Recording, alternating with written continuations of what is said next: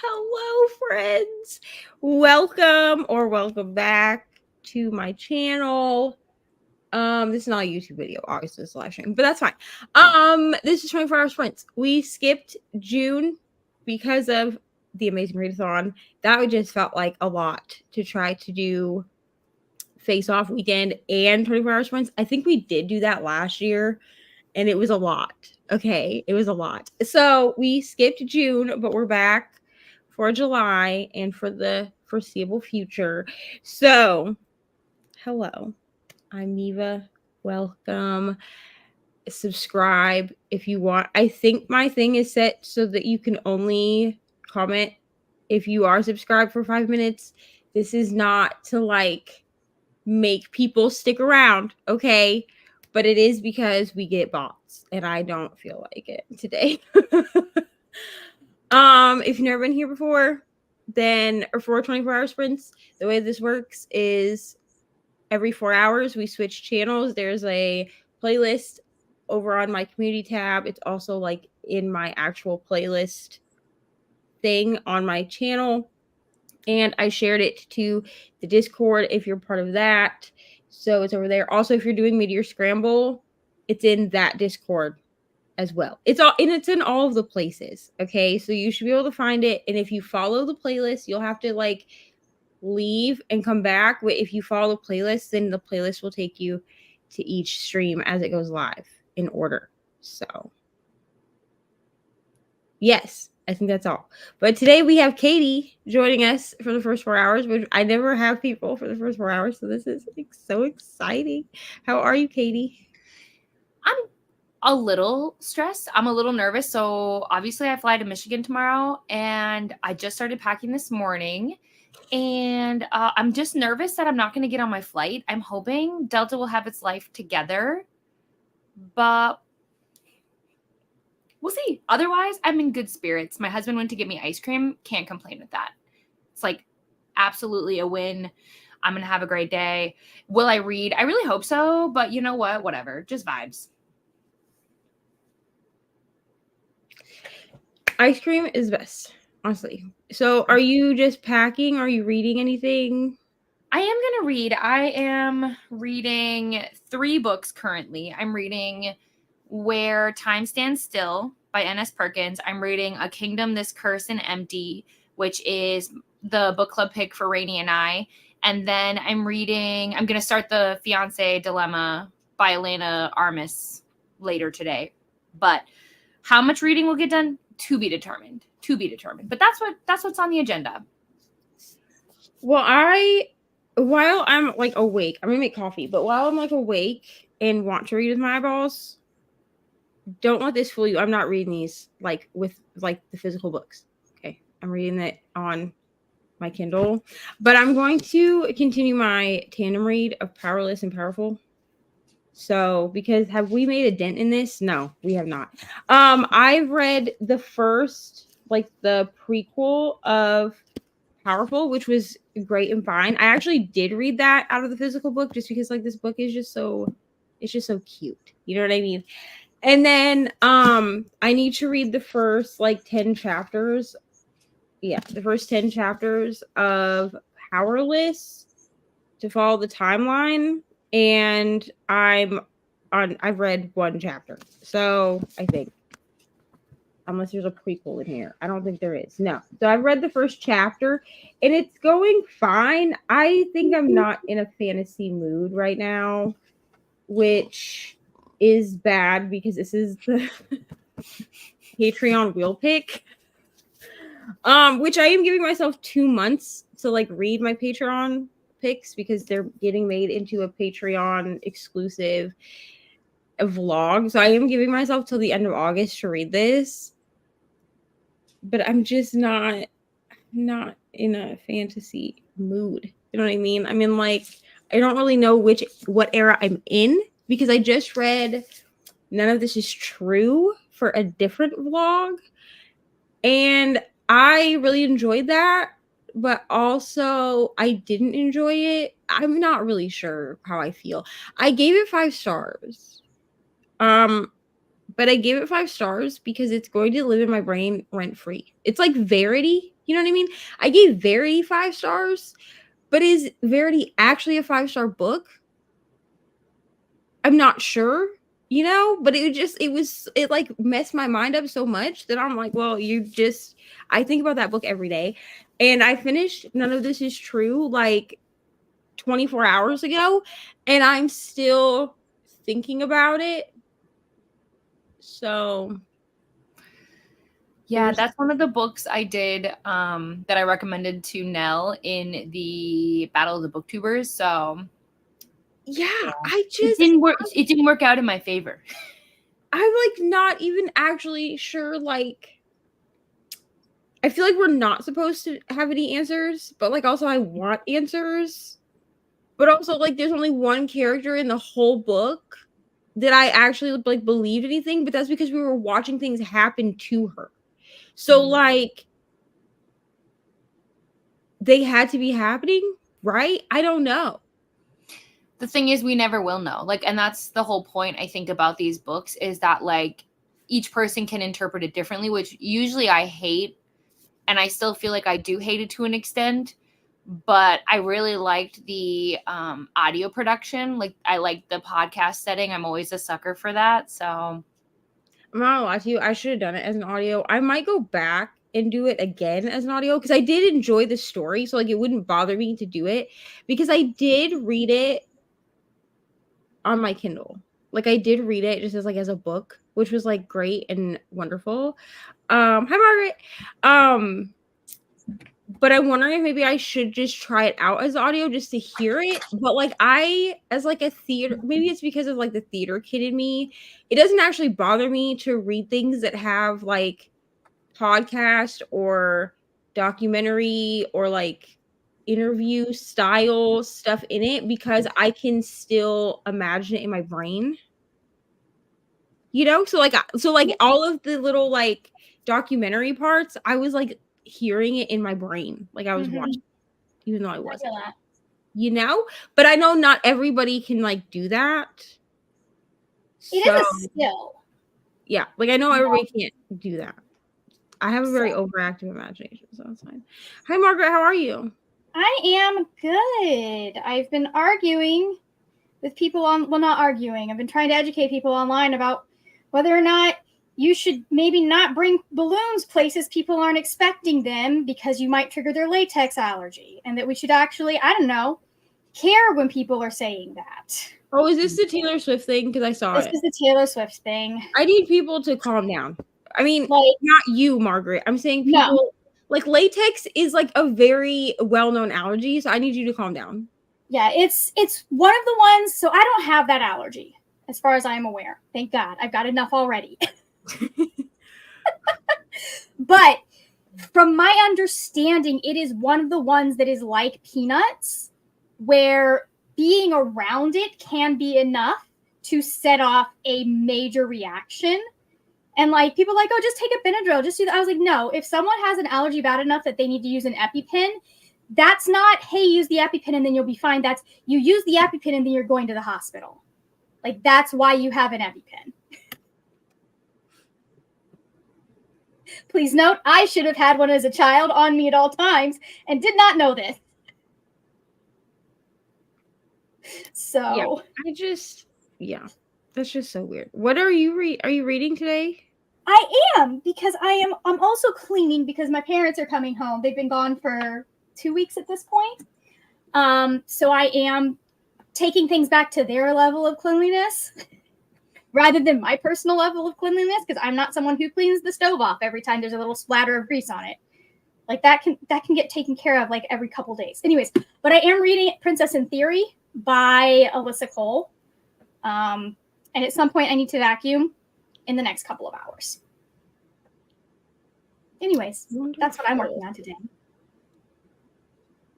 Oh, well, before you came, I said that while I want to read with my eyeballs, I'm going to try to continue my tandem read of Powerful and Powerless. Nice. On my Kindle. I do have them like tabbed, like the physical books tabbed, because there was no way I was doing a tandem read without the books tabbed. But I need to try to get that underway. So nice. I also need to take my hair out today because it's driving me fucking nuts. Is it? But like also it's just like to the point where it's like on its last leg. Mm-hmm. But also it's really itchy and I'm afraid that my child has given me something, and if she did, I'm shaving my head. So Understandable. I'm not.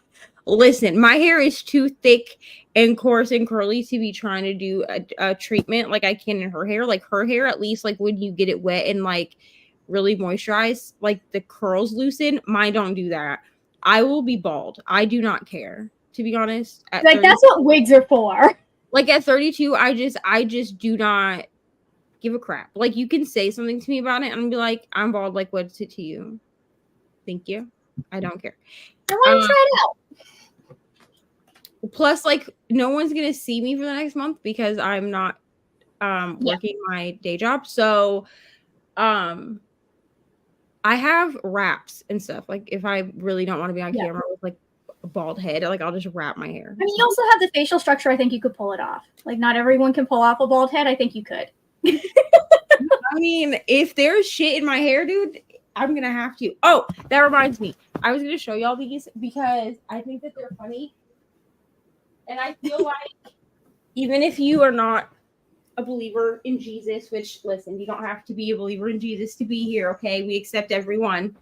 Okay, thank you. I found my Bible yesterday because I needed to have like a time, okay, between me and God. So when I found my Bible, these fell out, which these are stickers. And I just want to say that I bought these stickers from a Bible company. Okay. Like from my favorite, like small Bible business. So like where I got like my Bible tabs. It's where I get, like, I have these like coffee tumblers that I use sometimes. Okay. And they're all like pun ones. So like this one says, how does Moses make his tea?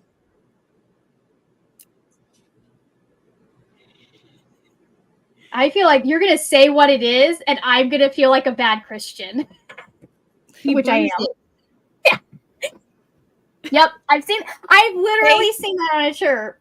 And then this one is like a taco, and it says, let's taco about Jesus. Love it. This one's a salad. It says, let us pray. Ha. Yes. In queso emergency, pray to Jesus. Okay. I feel like Jesus is actually a very valid deity to worship.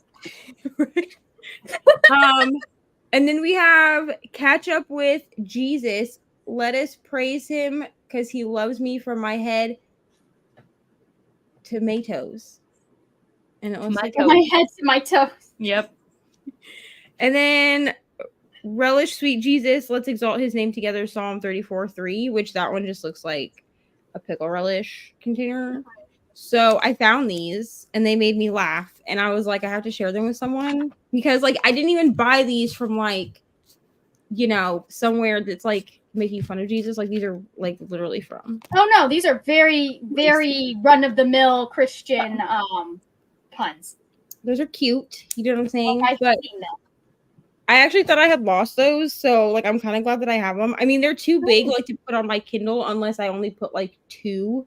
Like two of them would fit under my case, but they don't really go with my Smut stickers, so we're not going to do that. Hello.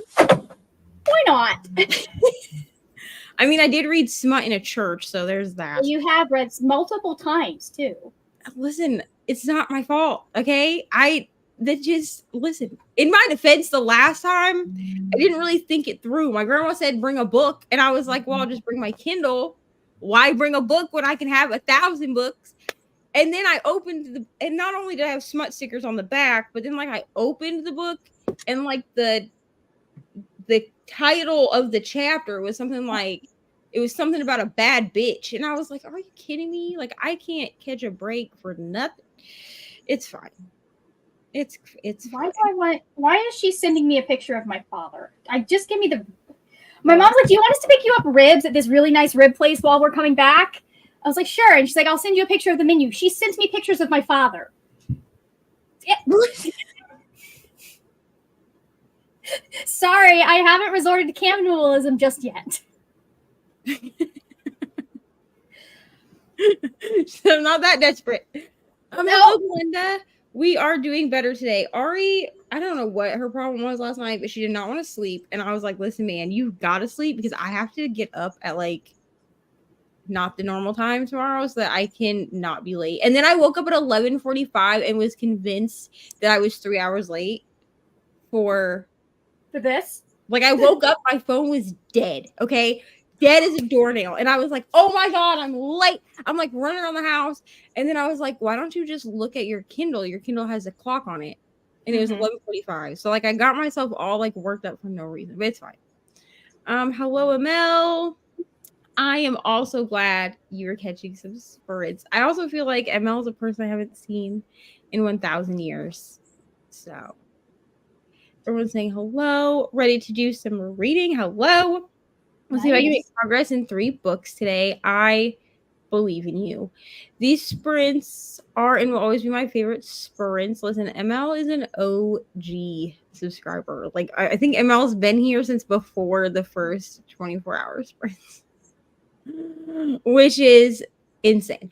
Hello. I'm working on my August TBR and then we'll go back to reading Invisible Girl by Lisa Jewell. Wonderful. I will not be reading any more Lisa Jewell for a while. I don't know. It's like none of this is true. It was like good and great, but I think she's like, I had to take a nap. Like I finished this book at like 3:00 yesterday, and then I did my update laying down and literally said in the update, I'm gonna go take a nap. And then I slept for 3 hours. Like I literally was almost late for sprints last night because I slept so long.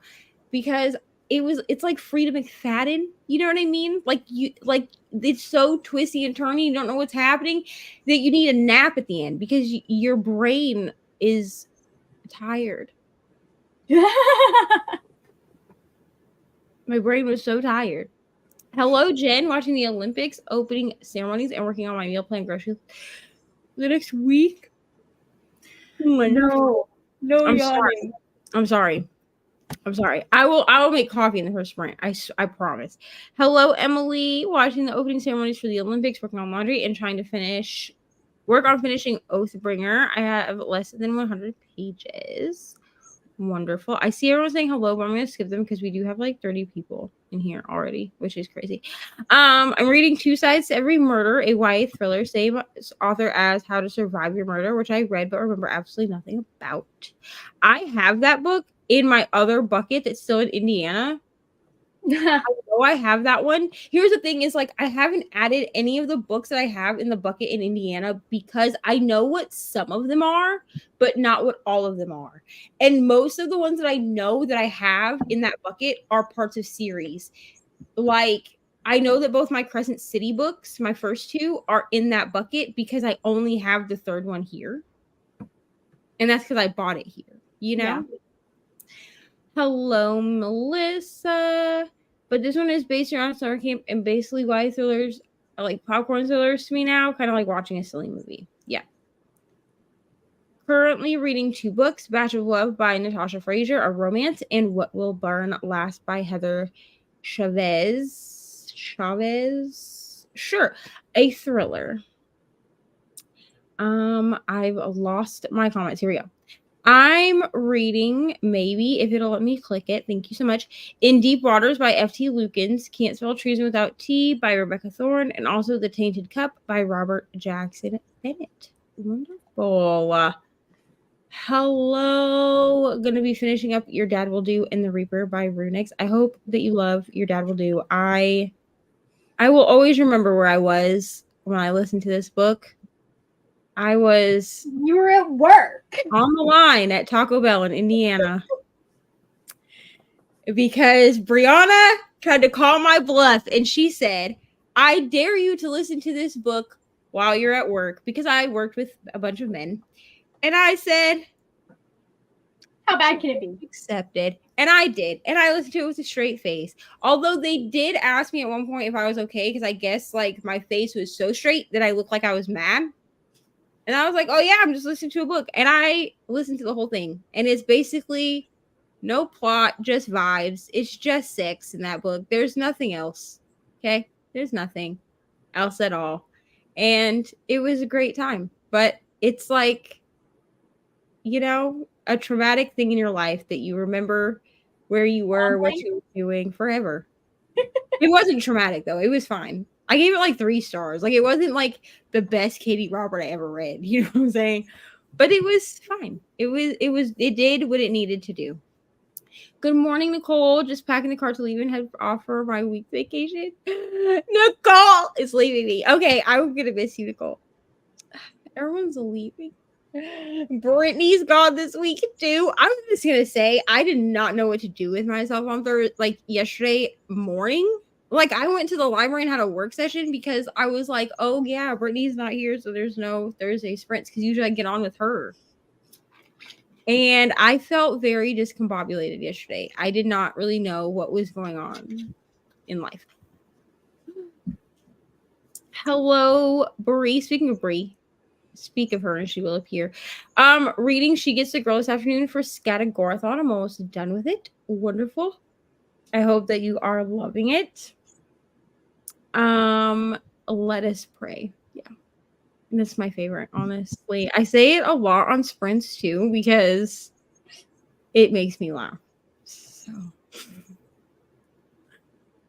ML, I'll take pictures of them so that you can like really show them, you know? Because here's the thing, I feel like you can enjoy Jesus puns or like Christian puns even if you don't love Jesus. You know what I mean? I just feel like everyone can enjoy them. Yeah. They're like dad jokes, you know? I'm just saying. They are. They're very much like dad jokes. No problem, Jen. No time like now, honestly. It really has been 1,000 years, honestly. It really has. Hello, Jean. Going to an Olympics with I think she means going to watch the Olympics with my knit crochet group, the Drunken Knitters. Wonderful. Sounds like it's a knitting Olympics watch party. That's what that's what it seems like.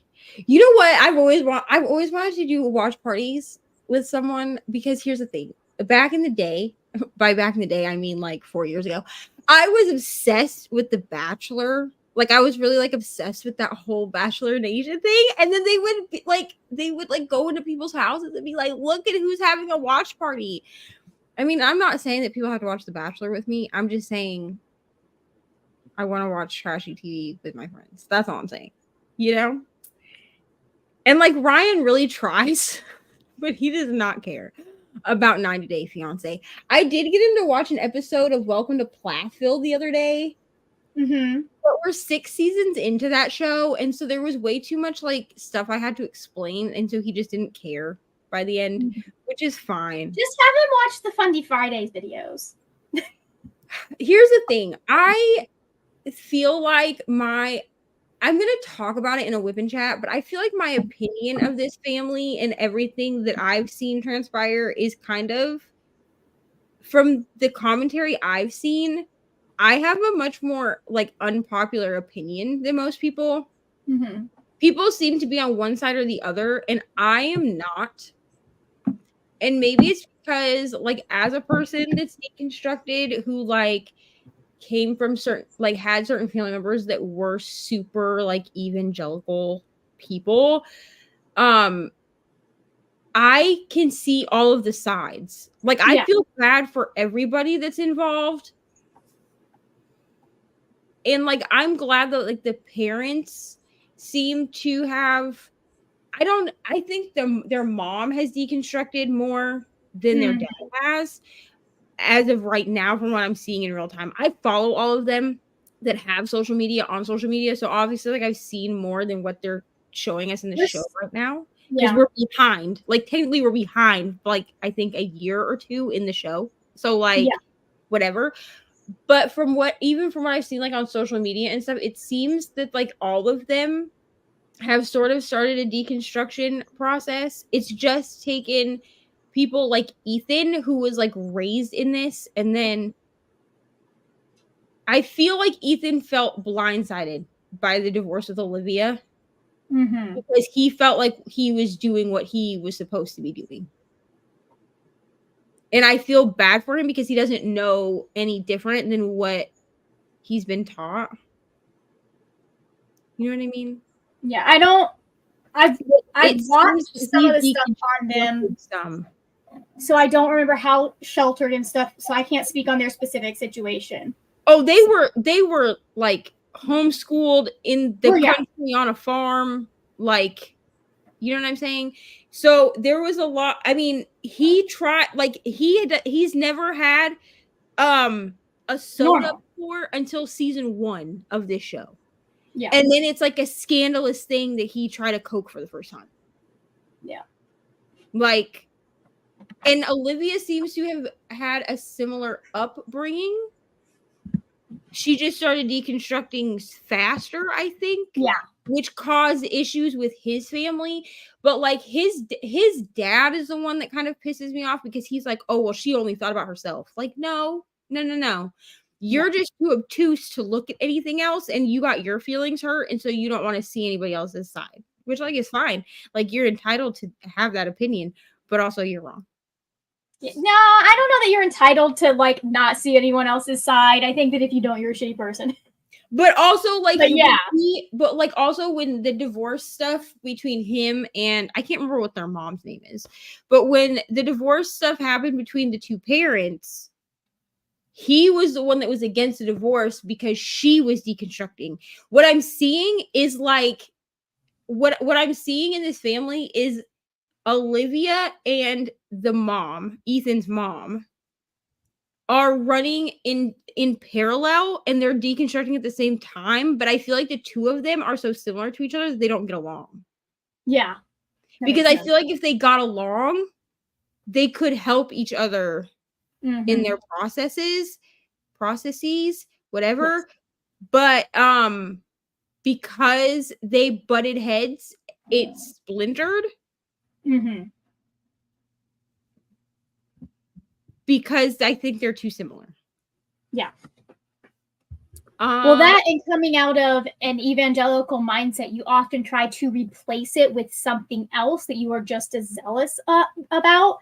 And so if they're two kind of ways that they're deconstructing or their beliefs that they're reevaluating are not like in line, they can be butting heads just over that. The fact that So I just feel like I don't really have like sometimes with shows like this, I'm like, oh yeah, I'm on this side. Now I will say that I was pretty outspoken about Olivia at first because I felt like she didn't give grace at all. There was a point in I think like season 2 or 3 when they were talking about she was talking about she wanted a divorce or whatever, or she wanted to separate. I felt like there was a point where she had no grace for anyone. Like she only cared about her own well-being. You know what I'm saying? And I did have an issue with that because she wanted everyone around her to show her grace, but wasn't willing to show anyone else grace. Yeah. And I was having issue with that because I was like, you can't do it like that. Like if you want them to show you grace, you have to also be open enough to do the same thing. But I mean, at this point, I don't really have, but I don't think I was ever like anti Olivia. Yeah. Well, I mean, I think you also have to consider that the narratives of the show are to some extent fabricated. So they very much could be. Which truly is why I started following Olivia. I actually followed Olivia first on Instagram because I wanted to see. And even then, I still felt the way that I felt about it, even seeing like her side, like truly seeing her side unfiltered. I still felt the same way in that time period. But I will say, I think that with therapy and stuff, she's grown. So like, I just don't really have a side. I just feel badly for the there's also a lot of stuff we may not know that's happened behind the scenes that she's not willing to divulge. There's also that. Like that. So I always keep that in mind. I just feel bad for everyone. You know what I mean? Yeah. I don't a lot of it is people didn't want to be in the like they didn't ask to be in this position, most of them. That was mom and dad's decision. And I think that's something that I like about Jen and James, because they make sure they keep that, hey, a lot of these people didn't choose to be here. I think the only sibling that was actually old enough to make the decision was Ethan, and then the sister that's above Ethan. Yeah. Because Ethan was 22 when the show started. I think Ethan and Olivia were, 22 when the show started. They agreed to do it when it started. And Olivia still wants to do it. She's still on there. But the other siblings were all younger. And then the sister, they claim that she's like estranged from the family. I don't actually think that she is. I think that's a narrative that people made up because she lives with her husband and her kid in a different state. That doesn't make you estranged from your family, bruh. That just makes you a grown-up. But I think that they think that people have said that she's estranged. I don't think they are, because throughout the seasons, the mom has, I think her name is Jackie? I don't know. But she's talked to the older sister through FaceTime to see the grandchildren. I feel like if you're estranged from your family, you're not doing that. Yeah. Not fully estranged. Not if you're fully estranged. If you're fully, and people were like, yeah, she escaped because her parents were terrible. And I was like, I don't think that's what happened. I think she just grew up, got married, had kids, and they said, hey, we're going to move to this place. I mean, she very well might have escaped as a, because she's not with her parents and she's out and she limits what she's doing with them. But like, that doesn't necessarily mean you have to cut everybody off. Right. And that doesn't necessarily make you like estranged just because you don't want to be on a fucking TV show. Relax. ML is being a jet setter, traveling a ton and getting a new interest, obsession, women's soccer. Ooh. We love it. Women's soccer is great. Honestly, I would like to travel more next year, so we'll see if my life path is on a path for that. And if I can't travel, I would like to be able to help people travel to me. Yeah. Either way, I want to meet more people. Okay. That would be fun. That's it. That's all. Thank you. Hello to Jean. Hello, Christina. Katie and Margaret, doing stuff around the house today and getting ready for tomorrow. Our daughter is coming over for supper. Wonderful. That's great. Remember to hydrate and hug the like button. Oh, that reminds me. I need to check my shipping because I ordered a water bottle. We're not going to talk about it. I ordered a water bottle, and here's why. I have water bottles and tumblers and things. Hi, Coda. Oh, I'm going to have to redo that. I don't know. Uh-oh. Oh, there he is. I was like, is Coda blank for anyone else? Hi, Coda. The Wi-Fi is not as strong in the library as it is in the living room. Margaret, in the first sprint, I will fix it so that you're not being. Oh, it's fine. I can just sit up.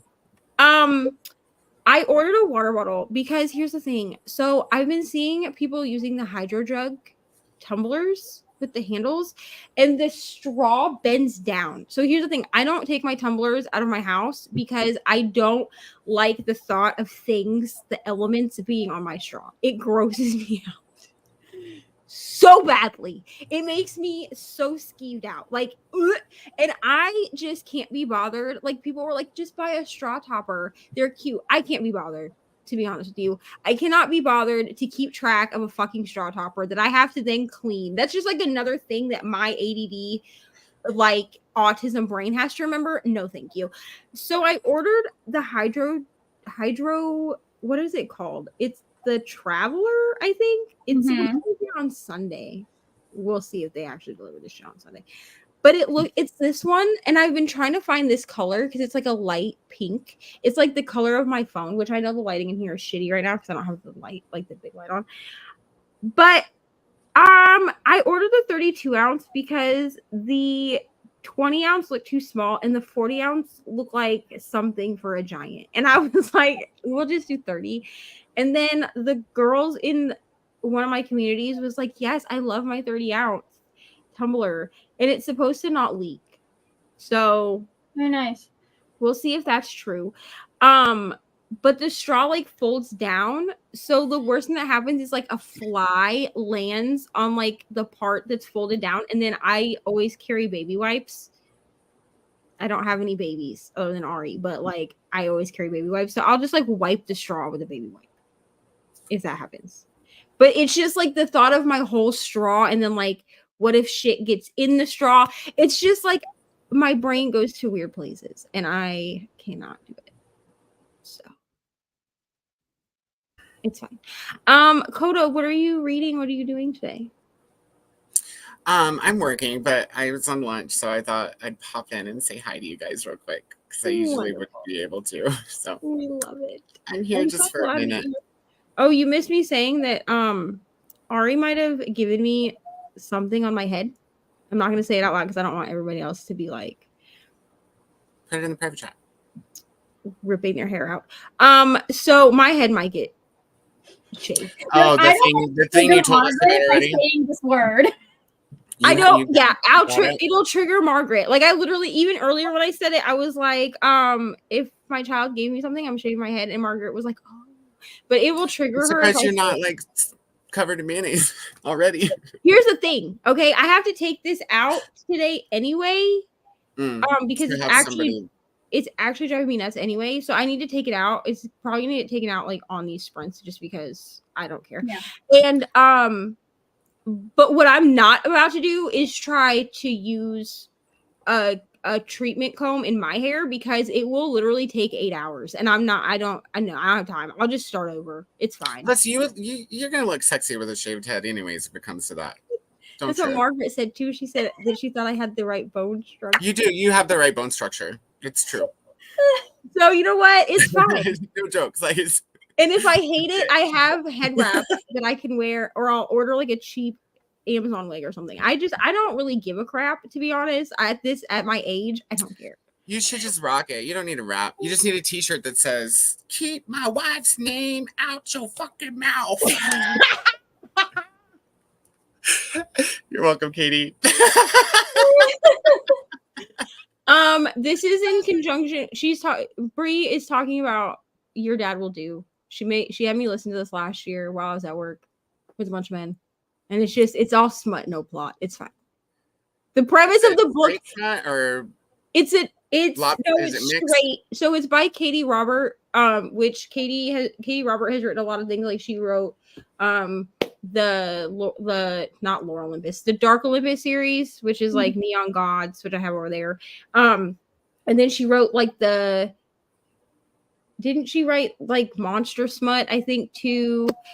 She's written like a bunch of stuff, but she wrote this book called, or it's like a novella, but it's Your Dad Will Do. Like the whole thing is like this chick gets cheated on or they break up or something, and so she decides that she's gonna go sleep with her ex-fiance's dad.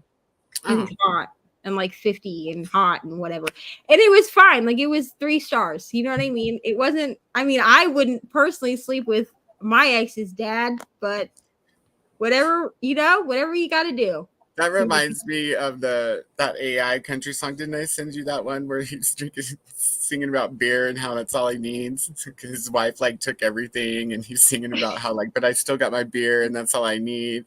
And there's one part of the song where he's all, but what does he say? He's all, it doesn't matter because I fucked her dad. I was like, what? What a turn of events.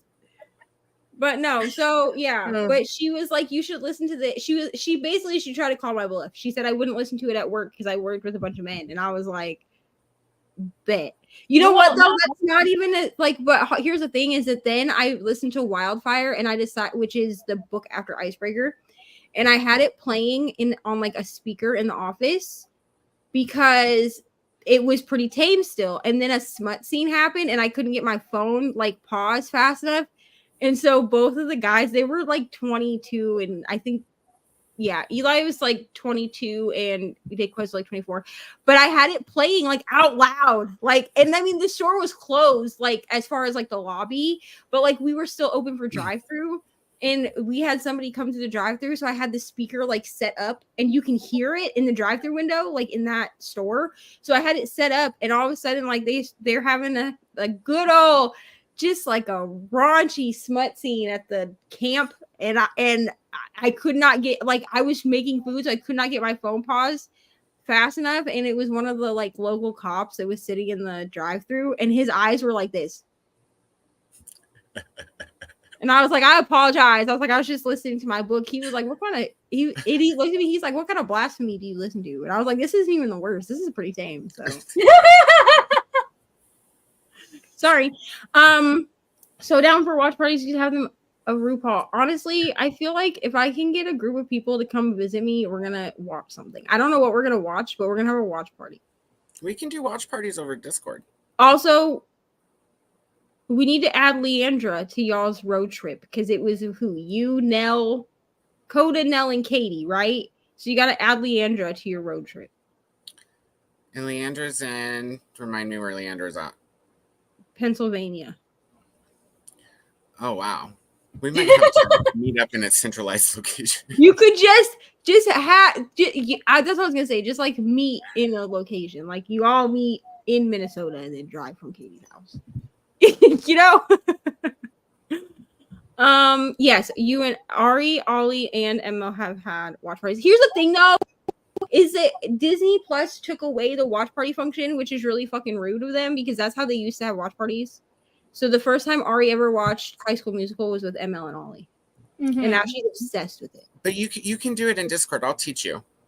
Okay, great. You just have to open up Disney and or whichever streaming platform you're using in another tab, and then you share that screen. It's like a Zoom call in Discord, and then everybody can have their cameras on or off. It doesn't matter. But there's also a chat, so it would be just like watching it on a YouTube live. Only you're not going to get slammed for copyright.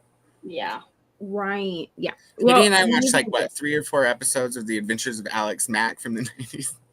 We can figure it out because Ari loves having watch parties, but also I would like to have watch parties just because then other people can laugh at my trash TV with me and make fun of me for the shitty stuff that I watch. It's fine. Hello, Bree. How are you?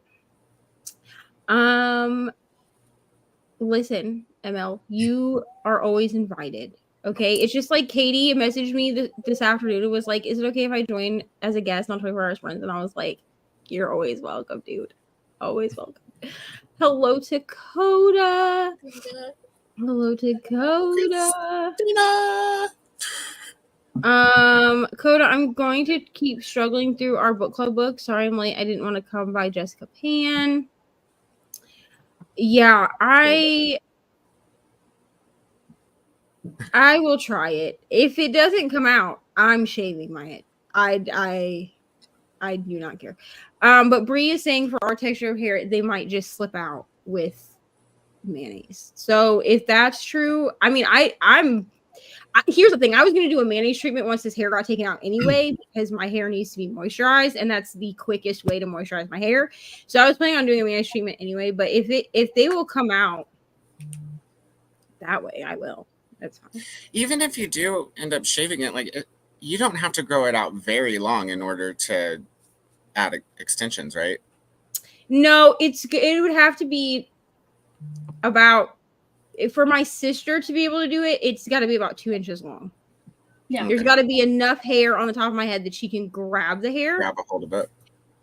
But what we would do if it was that short is we would wet it down first to make it a bit easier. Like by wet it down, I don't mean like saturate it, but just like make it damp. To grab so that individual chunks. Yeah. And they would just be basically like instead of braiding it, she would just make like mini ponytails with the way that we do mine, and then just thread in just the end. So it like you wouldn't even really, so like all of the hair would be this hair, like you wouldn't even know necessarily where my hair started. Right. Because it was too short. Because it would just be like little tiny tufts all over my hair, my head. Your dad will do was good. LOL, ex fiance became his stepmom. Yeah, she did, and it was. That's funny. I'm calling HR. I mean, I don't work at that sorority work, so like, but also like we did tell my GM like the next day because like we all got along, and he was like, "Are you serious?" And I was like, I was like, this was my first read through. I was like, there was already a smut scene like at the very beginning. I didn't expect them to have sex like at the kids' camp. Like I didn't expect that part. And he was like, wow. And I was like, they were camp counselors, but like I wasn't expecting them to like get it on when all the kids were off at an activity. My bad, I'm sorry. And he's like, no, it's really fine. He's like, it's not that big of a deal. Y'all need to come to Utah. I would come to Utah for you, Brianna. Brianna, you're in Salt Lake area, right? I'm gonna be honest. Is that right? I have no desire to go to Utah except to see Bree. That's But that really means- the only reason to. I mean, Until I the met national parks are really Bree, pretty. But that I had means I one also reason have to go to to get. Utah. But also I have to get this diamond painting done because I can't come to Utah and not have it done. Unless I'm just gonna do it at Brianna's house. How you're like, I cannot show my face in Brianna's presence if I don't have this stupid Loki thing done. I would bring it with me and be like, "Do you have a table I can set this up on?" And then she could watch the process. The national parks out there are really, really pretty. Like they're kind of. They are. Like- and my favorite restaurant I've ever ate at is in St. George. If you Oh, guys like nice. Poke Bowl, we could go eat Poke. I remember being out there, and there were times when I was like, I can see why people were obsessed with being out where there's nothing around you. I understand this. I don't live this way, but I understand why some people do. Because it was like quiet. It was amazing. Anyways. Dude, Alex Mack is the shit. My foster sister used to get it. She would leave me in for 24 hours, wash it, and redo it for 3 to 4 days to suffocates them, concentrate on the roots. Yep. Okay. I'll try We this. used to do that one. Completely different hair texture, obviously, but we used to do that not with mayonnaise, but with Head and Shoulders when I was, because I got them many, many times because I have friends in ballet and sharing is caring. So I can't even emphasize how much when Neva first brought the subject up, I was like, okay, here's what you need to do. I sent like an entire essay. Bro, she really did. Because I was like, what the fuck am I supposed to do? I mean, I did Google it or whatever. Yeah. And like the treatment that I used on Ari's hair was like a natural treatment. And it worked. You know what I mean? She doesn't have any sense, but Yeah. Geranium oil is apparently the thing in Head and Shoulders that makes them die. Like it eats away the eggs. Great. Couldn't you just spray your head with Raid too? That might work. Not if you want to live. right. Bree lives a bit north of Salt Lake. Yeah, so you're about Salt Lake is like 4.5 hours from here, I think, somewhere around there. So if you're a little bit further north, it'd be further, depending on how much further north you are. It would be longer, but that's not bad. That's just a little bit longer than it takes to get to Denver from here. So I mean, that's less time than it takes to get out of Florida from where I live. So I think Lake Powell's closer, isn't it, or is it further? Because I ain't never been to Lake Powell. 8 hours. Just kidding. That's a whole way further down south. Never mind. Hey guys, I have to get ready to go back to work, so I'm gonna bounce out. But I will endeavor to be there at the next one. Oh yeah, I forget that Bree has dogs with a lot of 5 of them. I forget that she has 5 of them. Like I remember Schmidt, Doyle, and sometimes Shotzi, because we haven't seen Shotzi as often recently. But like there's 5 dogs in that household, and they are all big. we would literally be dead, Bree. Or at least in the hospital, severely poisoned. Oh my gosh. Okay. All right. So that's the end of the comments. Finally, that took actually not as long as I thought it was going to. So how is an hour okay? Do we want to do 45 minutes? How are we? I'm fine with either. Okay. You good with an hour, Katie? You are the host. I am your follower. What you say goes. Yep. All right. Okay. So we're going to do an hour sprint here. So let me see if I can remember how to function as a human being. Who knows? Your guess is as good as mine. I am going to change this background though because it makes me want to go to sleep. So let me see. Let's do guys, Sakura Street. You just what? Oh, cute. I just got this game and I'm prepared. It's Uno, Show Them No Mercy. Damn.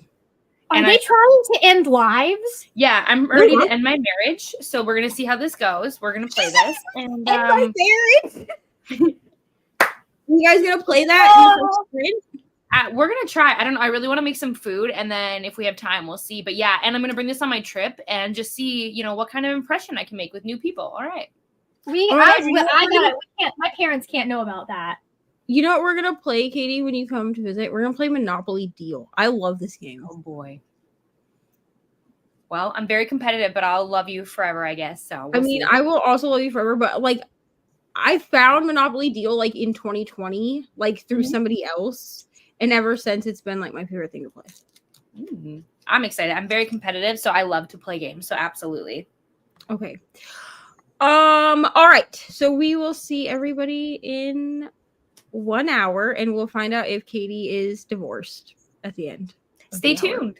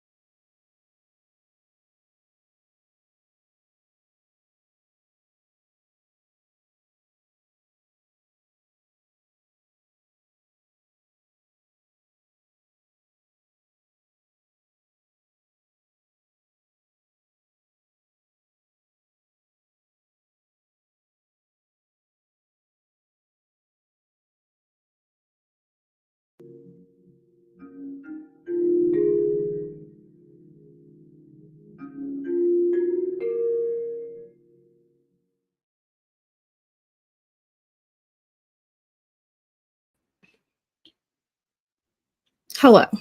Hello. What is going on my head right now? Because I know that like this braid was just like, It happens. so it's fine. Okay. How did we do? Vacuuming is done. Wonderful. So I got all of the last bits that I wanted to get done before my parents got home done. And now we can just read. Wonderful. Well, I started taking my hair out. I updated my vlog. And I read a little bit of this book. I'm at like, it says 2%, but I'm on like chapter 2. I'm on page 11. The writing is like fine. I just don't feel like I'm in a fantasy mood. So I'm trying to decide because once my hair is out, I'm going to film my TBR for the month. That needs to go up like next week.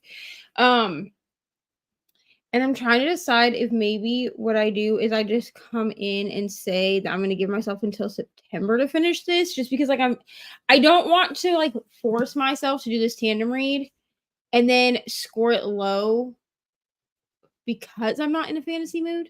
Mm-hmm. You know what I mean? So I might push the Patreon pick out and like spin for a second Patreon pick, and then if that is like a romance or something, because I think this one was the only one that was actually a fantasy option. Mm-hmm. I will say this reads way better than Fourth Wing, and people were saying if you liked Fourth Wing that you would like this book, and I'm just saying like this, I'm like enjoying this way more than Fourth Wing. Like I care about these characters. I did not care about Yes. anybody in Fourth Wing. I would agree with that. Like I really tried to care and I just didn't. So I would agree. It is, I mean, it is not as well written as the source material, which is Red Queen, but it's still better written in my opinion than Fourth Wing. Yeah, and I mean this is not like, I don't want people to be like, oh, she likes Powerless but didn't like Fourth Wing. Like I don't know that I will like this book. I'm gonna be honest. I can just tell you that this book,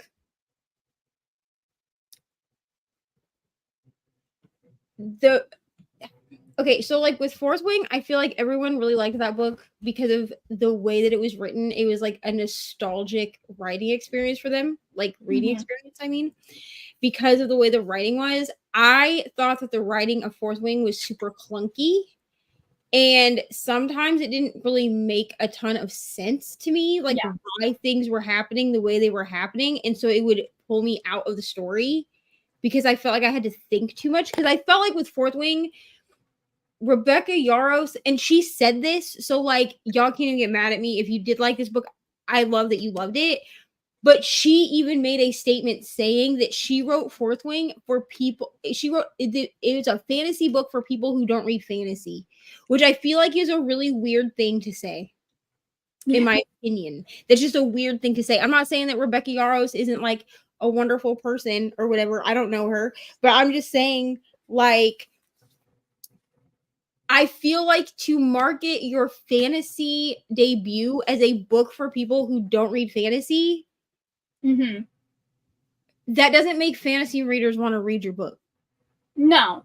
And the setup for Powerless is 10 times better than the first chapter of in Fourth Wing. Like just the way that Lauren Roberts is able, like from a purely writing standpoint. Like I'm not saying like, but from a purely writing standpoint, it's a better setup. The setup is better. Yeah. So I'm just saying that this so far, okay, and I'm not very far in. My Kindle says page 11.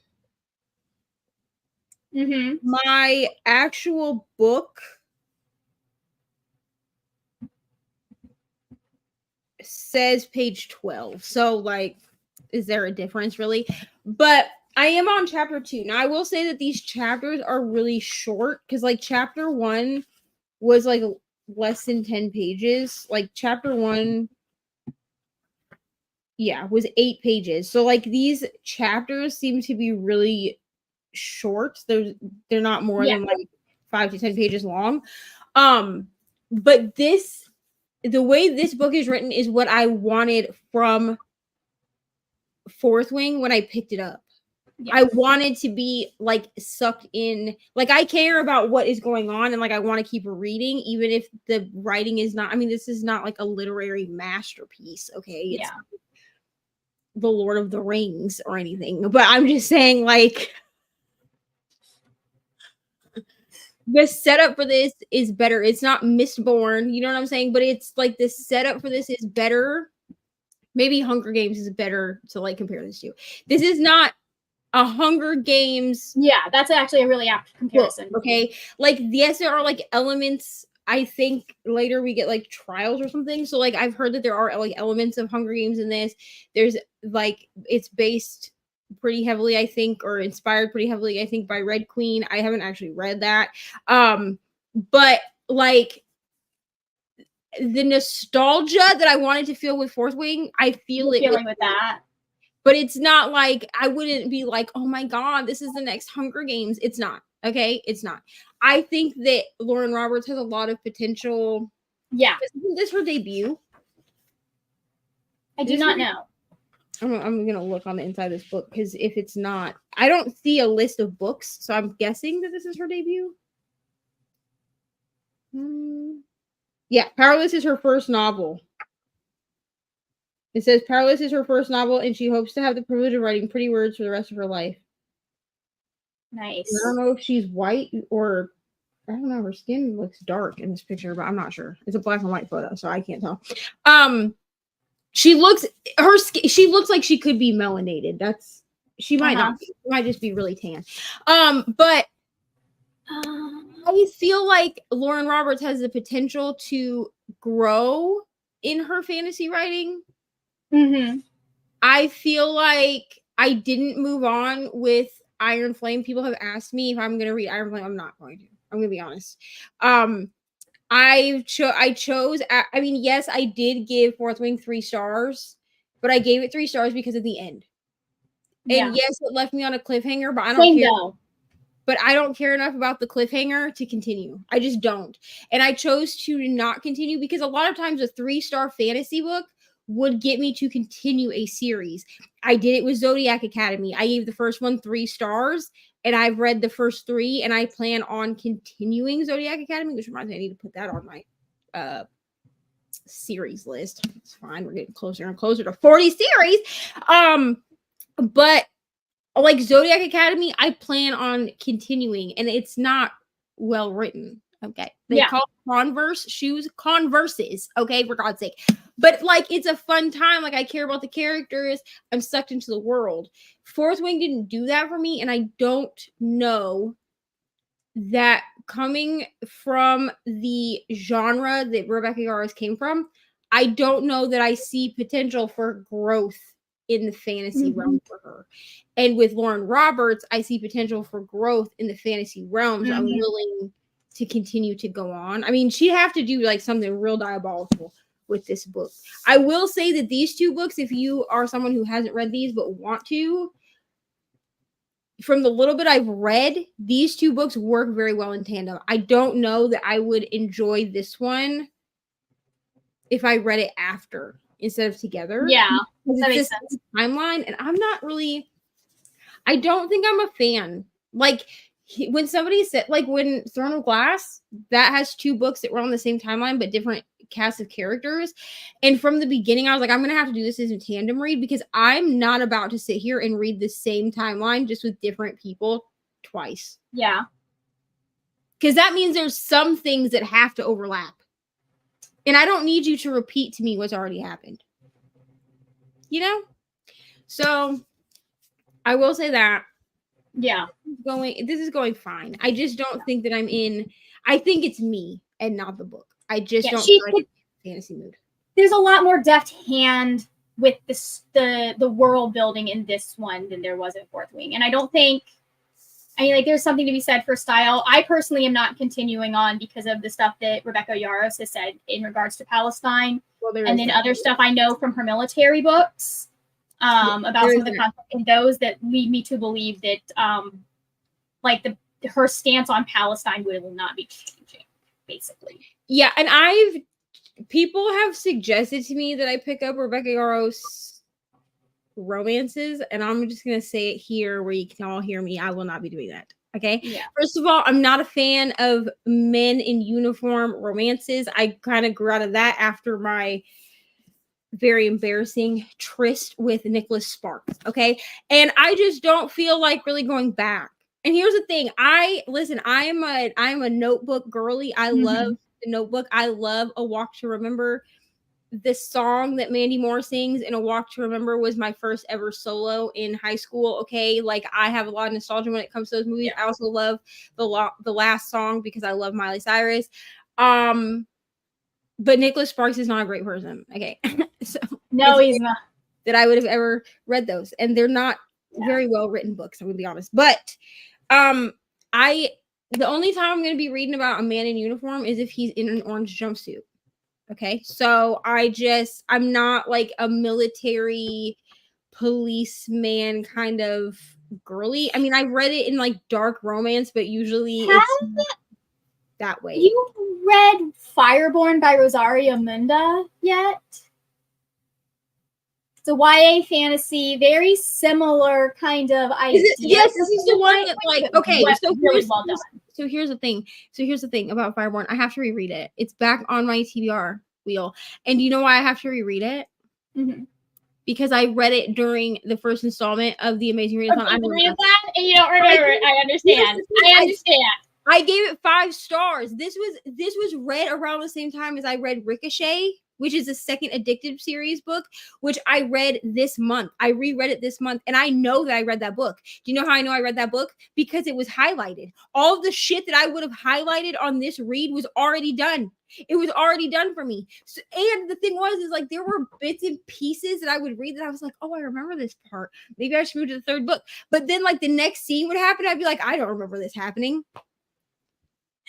The first round of the Amazing Readathon was a fever dream for me, apparently. I understand. Because I remember everything that I read this round. Yeah. The first round, like, because I went and I looked because Brittany gave me Fireborn for 12 books from 12 Besties, which comes out at the end of the year. So I do have to reread it this year, but I was like, I said, I think I've read this. And she's like, did you? And I went and looked and I was like, well, I gave it 5 stars. So I downloaded it from the library, like on Libby, and I started reading it. And I read like 4 chapters. And I was like, I don't remember anything about this book. I was like, so I'll just reread it. It's really fun.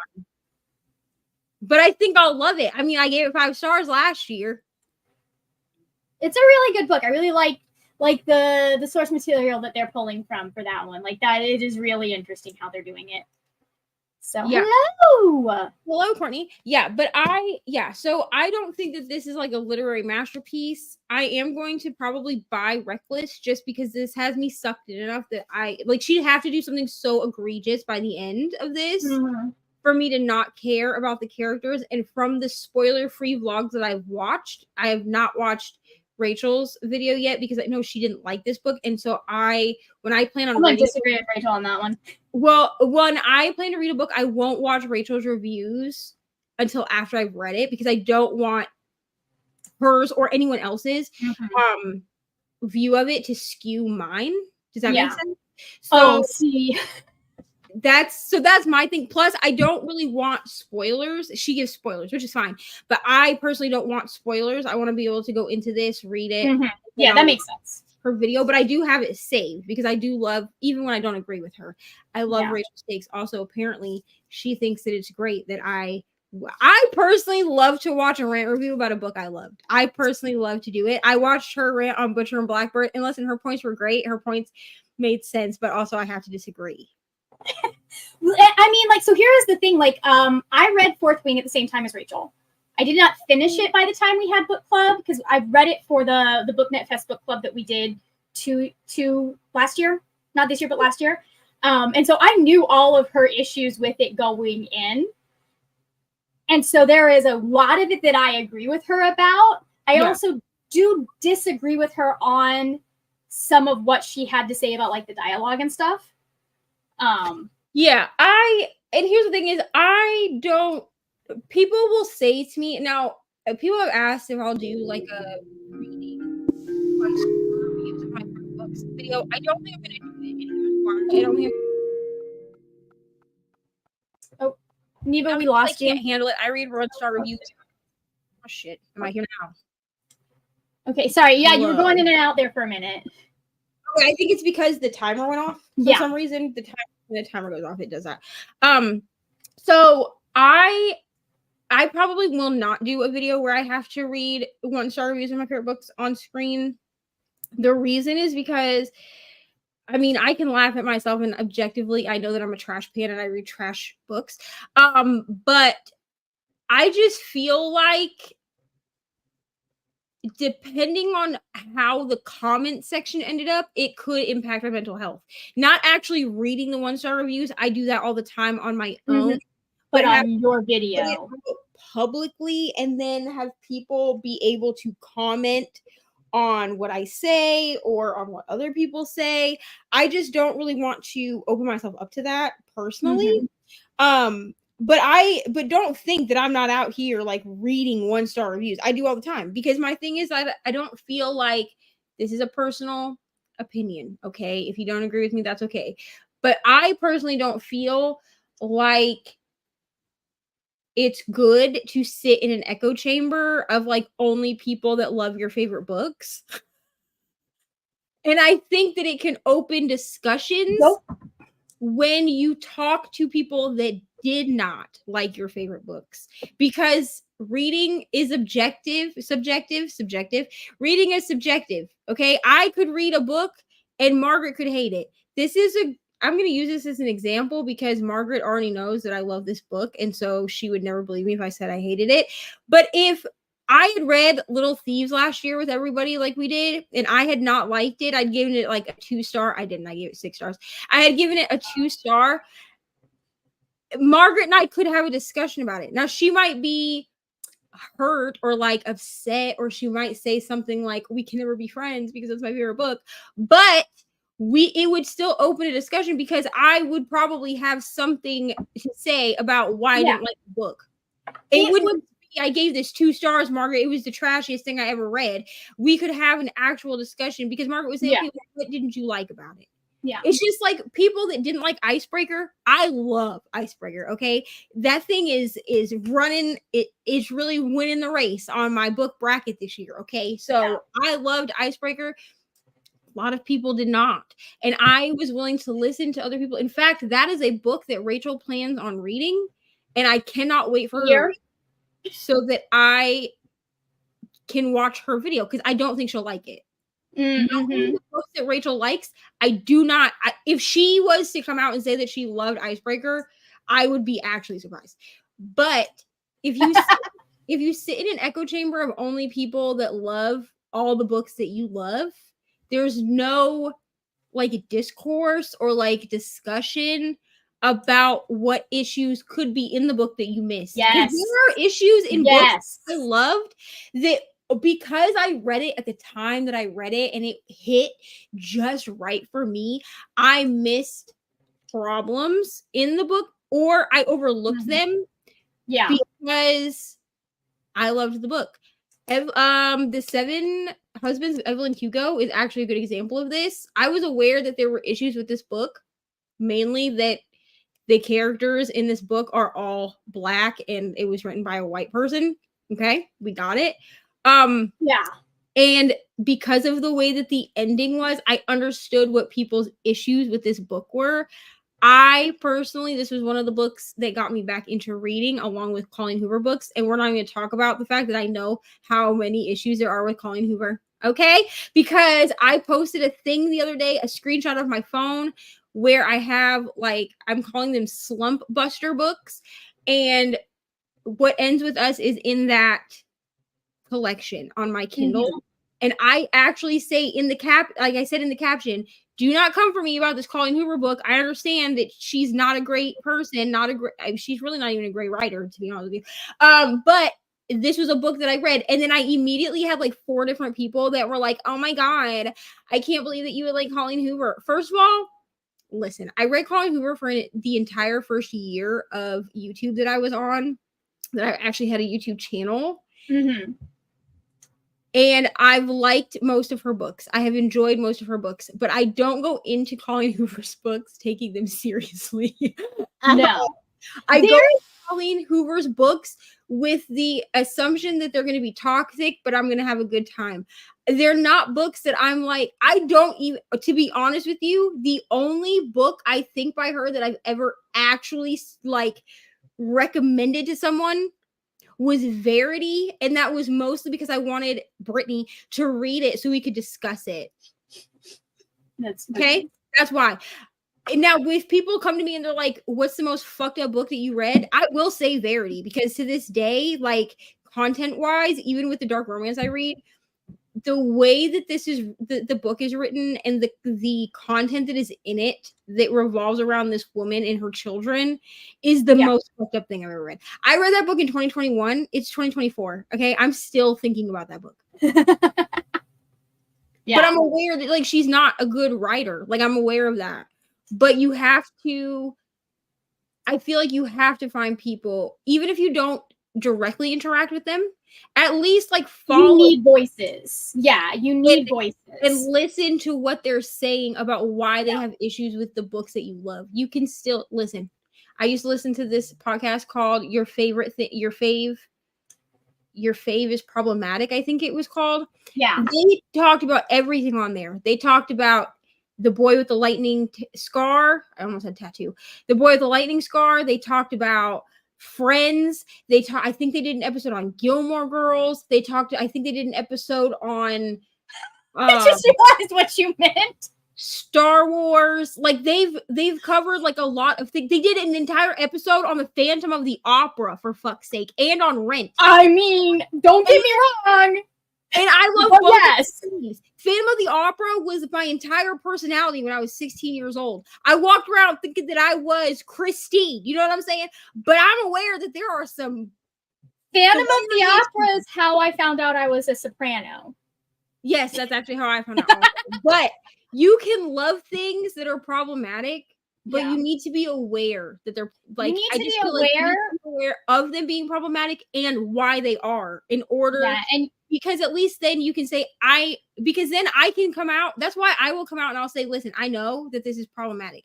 I know that there are XYZ issues with this, or the person that wrote this piece of literature is a piece of shit. I get it. I understand, but also I'm still going to enjoy the thing for what it is because I enjoyed it before I realized that they were this way. And now it's part of whatever nostalgia thing it's part of, right? Mm-hmm. That's okay. I won't talk about it in depth here, there, or anywhere, but just know that like I'm aware that there's issues. Yeah. I know you're not on Twitter, but I'm a very big advocate of being able to criticize the things you love and to being able to accept criticism of the things you love.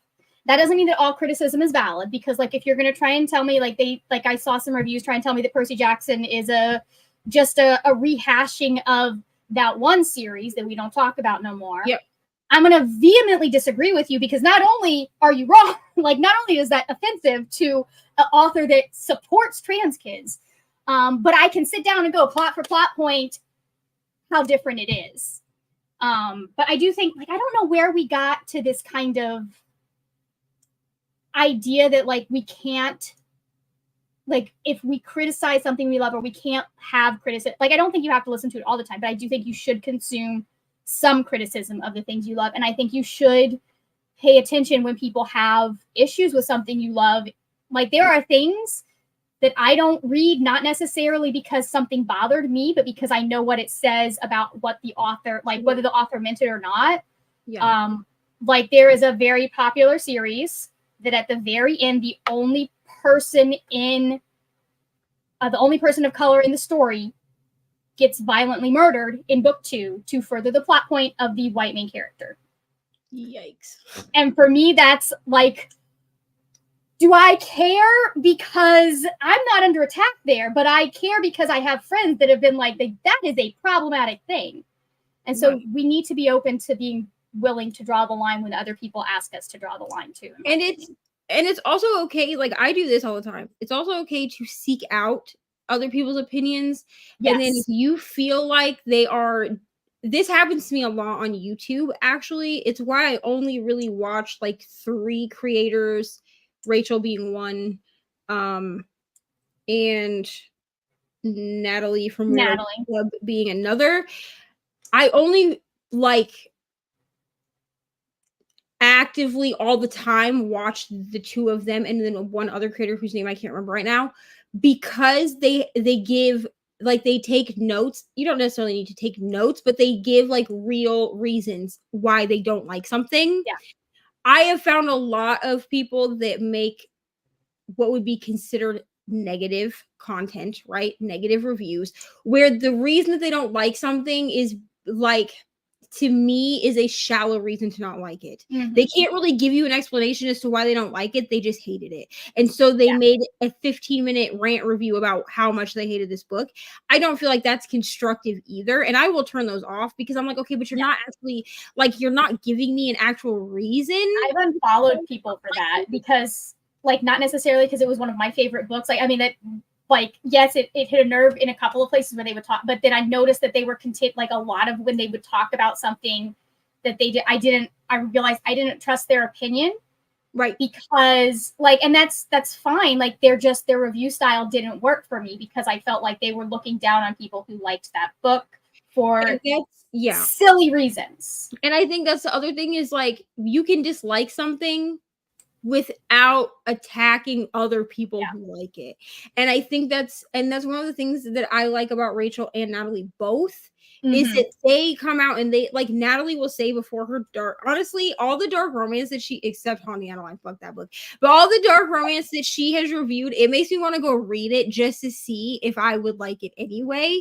Yeah. Even knowing what she said, because, like, the reasons she has for not liking the book, they will read like whole passages out of these books that are like, this was disgusting, what the fuck was this?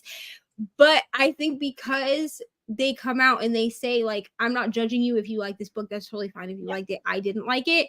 Or Natalie will even say, like, I'm not coming for the whole, because she does a lot of dark romance, mostly dark romance reviews. Yeah, the whole dark romance. I know, I watch her videos. So she'll say, like, I'm not coming for the dark romance genre or for people who read the dark romance genre. She's even admitted that she thinks that she could like dark romance if she could find a book that she enjoyed. So it's not that she's not open to reading it. I feel like she even goes into some of these books hoping that she will like them. She doesn't go into them with, like, she doesn't go into them as a hate read. She's not like, ooh, a dark romance, I'm gonna hate read it. I think she goes into it hoping that she will like it, because there was the haunting, I think it's called Satan's Affair. It's a prequel novella to Haunting Adeline, and she said that she actually did enjoy that one. That she definitely, like, the story and stuff was cool, whatever. She did say that, like, an issue with it is that people are saying that it's based off that woman Stibble, I think her name is, who wrote about, like, the DID, but when it was still she was still calling it multiple personalities, and then we found out later that, like, that story actually isn't true. She, like, made it up. Yeah. To write a book, which is gross. That's gross. Oh, no, that's the woman that is that the woman, like, she made it up herself, or is she working with her psychiatrist? I don't remember, but the book was made up. The book was not true. The book was made up, but if I remember correctly, if it's the one I'm thinking of, and her name I do believe it starts with an S, the woman was manipulated by her psychiatrist. I mean, that wouldn't surprise me either. But the main character in Satan's Affair, her name is Sibby. And people, and that woman's name was Sybil, like the woman that wrote the book. And so they were saying, like, oh, it's like a parody of that or whatever. I don't know. I mean, H.D. Carlton is pretty controversial as it is, but I like people, even if they go into it knowing they're gonna hate it, because I feel like Rachel knows she's not gonna like Icebreaker, but she's still gonna read it, and that's okay. I think she wants to give it a fair chance as well. But like, I do want to give it a fair chance. I feel like she goes into all the books that she hate reviews a fair chance, and then she's like, listen, I really tried with this, but, like, absolutely not. You know what I mean? And, like, that's fine, but I just feel like it's weird. And I can always tell people that, like, sit and like only have friends that like the same books that they like. And I'm just like, how do you function? Because like Brianna gave The Teacher 5 stars and I give it 2 stars. I hated that book. I thought it was gross. And I know that like it was supposed to make you feel like uncomfortable and like feel things. I just felt skin crawly. And then the way that the end, here's the thing. If the ending had ended in the one way that I thought that we were gonna get, it would have been fine. But then they did an epilogue, and the epilogue, I was like, I can't with you people. Because you're all gross. I hate you all. I hate everyone. Yeah. I was sort of right and sort of wrong. It is the person that wrote it was not the woman in question, but it was a woman who was manipulated by her psychoanalyst. Yuck. That's disgusting. Yes. Hi, Cherie. Fancy starting the married couple. And thinking about reading this Powerless book you talk about. Yeah, so it's this one. You can read these like obviously like Powerless came out first and then Powerful came out as they're toting it as a novella, but it's more than 200 pages, so I'm pretty sure it's not a novella. But that's fine. Whatever. I don't know. I think it's cute. I know people were bitching about like because of the size differential, but I actually think it's kind of cute considering that this is supposed to be like a side story and not that makes sense to me. novel. So like you can still put it on your shelf. Yeah, that's how I would do it. And then have Reckless. I think it's gonna look so cute. Honestly, I mean, people are complaining about the size, but I just think it works because of the fact that this is not a full-length novel. Like this is supposed to be a side story, but kind of a prequel thing. But you can read these, Cherie, together. You can just Google like Powerless Tandem read, and it will pop up with like you can go look on Google. I just looked on Google Images, and there is a graphic that shows you like where you're supposed to read, and then I just tabbed my books. I don't know. It's cute. I do think that if you actually really did love Fourth Wing, that you will like this book because I feel like it's better written, better set up, maybe. Katie had to leave us. I don't know why I'm waving. Katie's gone. I know, right? Hi to everyone. Everyone's saying hello in the comments. Reached 26% in Twilight of Embers by Tessa Hale. Wonderful. Courtney did not read but took care of other stuff. Maybe if it'll let me click the damn thing. Thank you. Nice. Linda's at 34% of Batch of Love. Patricia at page 110 of Reread of It Ends With Us. Wonderful. I'm trying to decide if I'm going to go see this movie. I think I'm not. I'm going to be honest. They keep saying it's like exclusively only in the theater, and I don't think that I want to pay the money to go see this movie and then it'd be trash.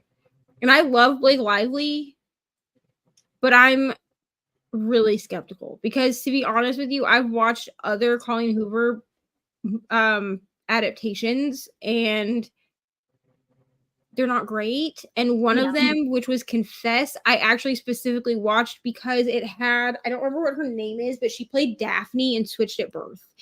And it had her in it. And I really love her as an actress. And I just didn't feel like it was a good adaptation. Like they did follow the book really closely. I just felt like the acting felt, I don't know if it was because of like the way it was directed. I feel like it had to have been. But I just felt like the acting was not great. And I think for me, it's gonna depend because all I've seen is like the trailer and then like the stills that we got like as teasers.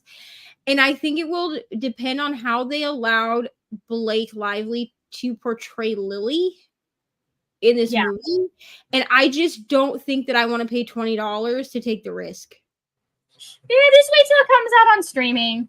And I feel like if it's, yes, they're saying like exclusively in theaters, but I feel like that's a marketing tactic. And I also feel like if it's, if it really does as well as they think it will at least be available digitally where I can rent it for like $5. So like exclusively in theaters just means that they're signaling that it's going to be in theaters first, the way movies are supposed to be. And then it will come to streaming when it's done. And I feel like the exclusively in theaters thing started after the pandemic because of the fact that like movie theaters were getting shut down. Yeah, they did that. They used to do it a little bit more often with like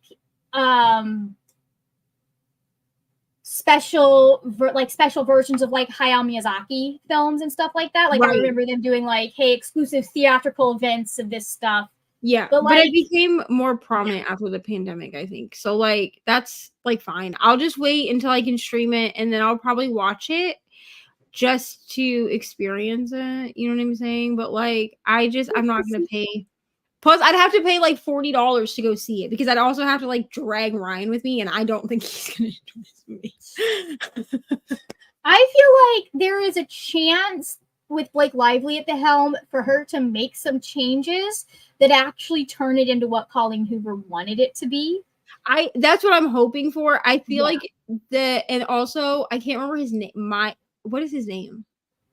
The man that's playing Ryle, I feel like with him and Blake, I can't remember the actor's name, but with the two of them, who cares? If Blake Lively's the only one that matters in that movie. I do like him as an actor too. I don't know who the guy is that plays Atlas. Like I didn't recognize him, but that doesn't mean I've never seen him before. But the guy that plays Ryle, which is like the main love interest, he's like the abuser, right? I feel like with the two of them as like our like front runner people, I feel like the movie could be what she wanted to be. Mm-hmm. And I honestly allows them to do it the way that they think it should be done. Yeah. And the thing is like with It Ends With Us, like I think it is what she wanted it to be if you know going into it what it's supposed to be, but it was marketed as a romance. That's the issue with it. But yeah, I think what happened is that her publishing people, because I don't think this one I think was originally published. She indie published it. She self-published It Ends With Us, I believe, at first, and then it got picked up. I need people to go into It Ends With Us understanding that it's a dramatized version of her mother's DV story. Yeah. Her mother is aware of the way that this book was written and okayed it. But it also was not a traditionally published book to begin with. Colleen Hoover started as a self-published author. She was not, which is why she still has some works that were self-published. I can't remember what it's called, but there was one that just got picked up like a year or so ago. Too Late. That's what it was.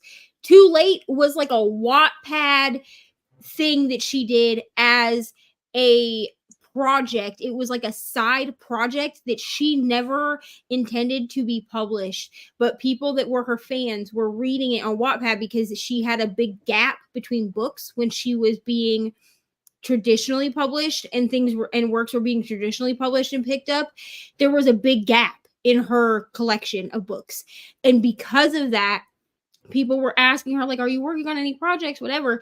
And so she linked people to this in her Colleen Hoover, her cohorts or whatever the fuck it is on Facebook. She was linking people to that and saying, if you want to read, if you just need more of my writing, you can read this. And then from the pressure of other people, she self-published it. But it was self-published for a long time. I read it when it was still self-published, and you could only buy it on Kindle or read it on Limited. You could not buy a paperback book. It's only been like in the last like year and a half that you could buy a paperback book, because she had said that unless it got traditionally picked up, unless her publishing house decided to pick whoever she's published under, Ateria, I think, or is that how you say it? Ateria? I have no idea. Atria? That one. Like that. The big romance one that starts with an A.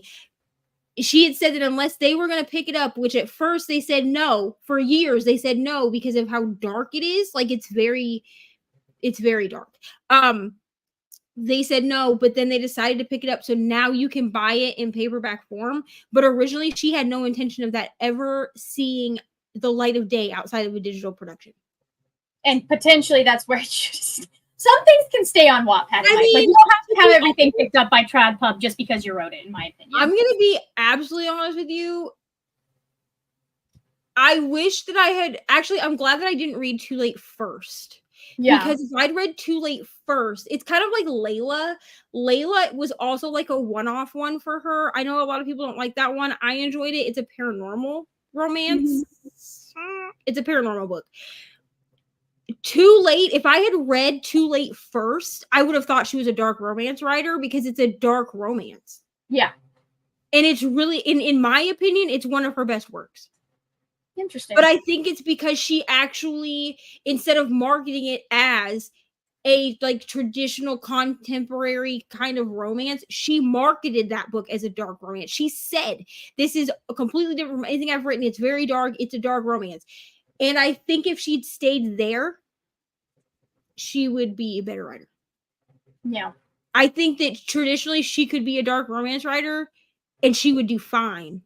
But what she's done is she's taken the elements of dark romance and put them into contemporary romance and then marketed it as these like fluffy, like feel-good romances. And I'm sorry, but none of her books are fluffy and feel-good, bro. You know what I'm saying? I'm just saying.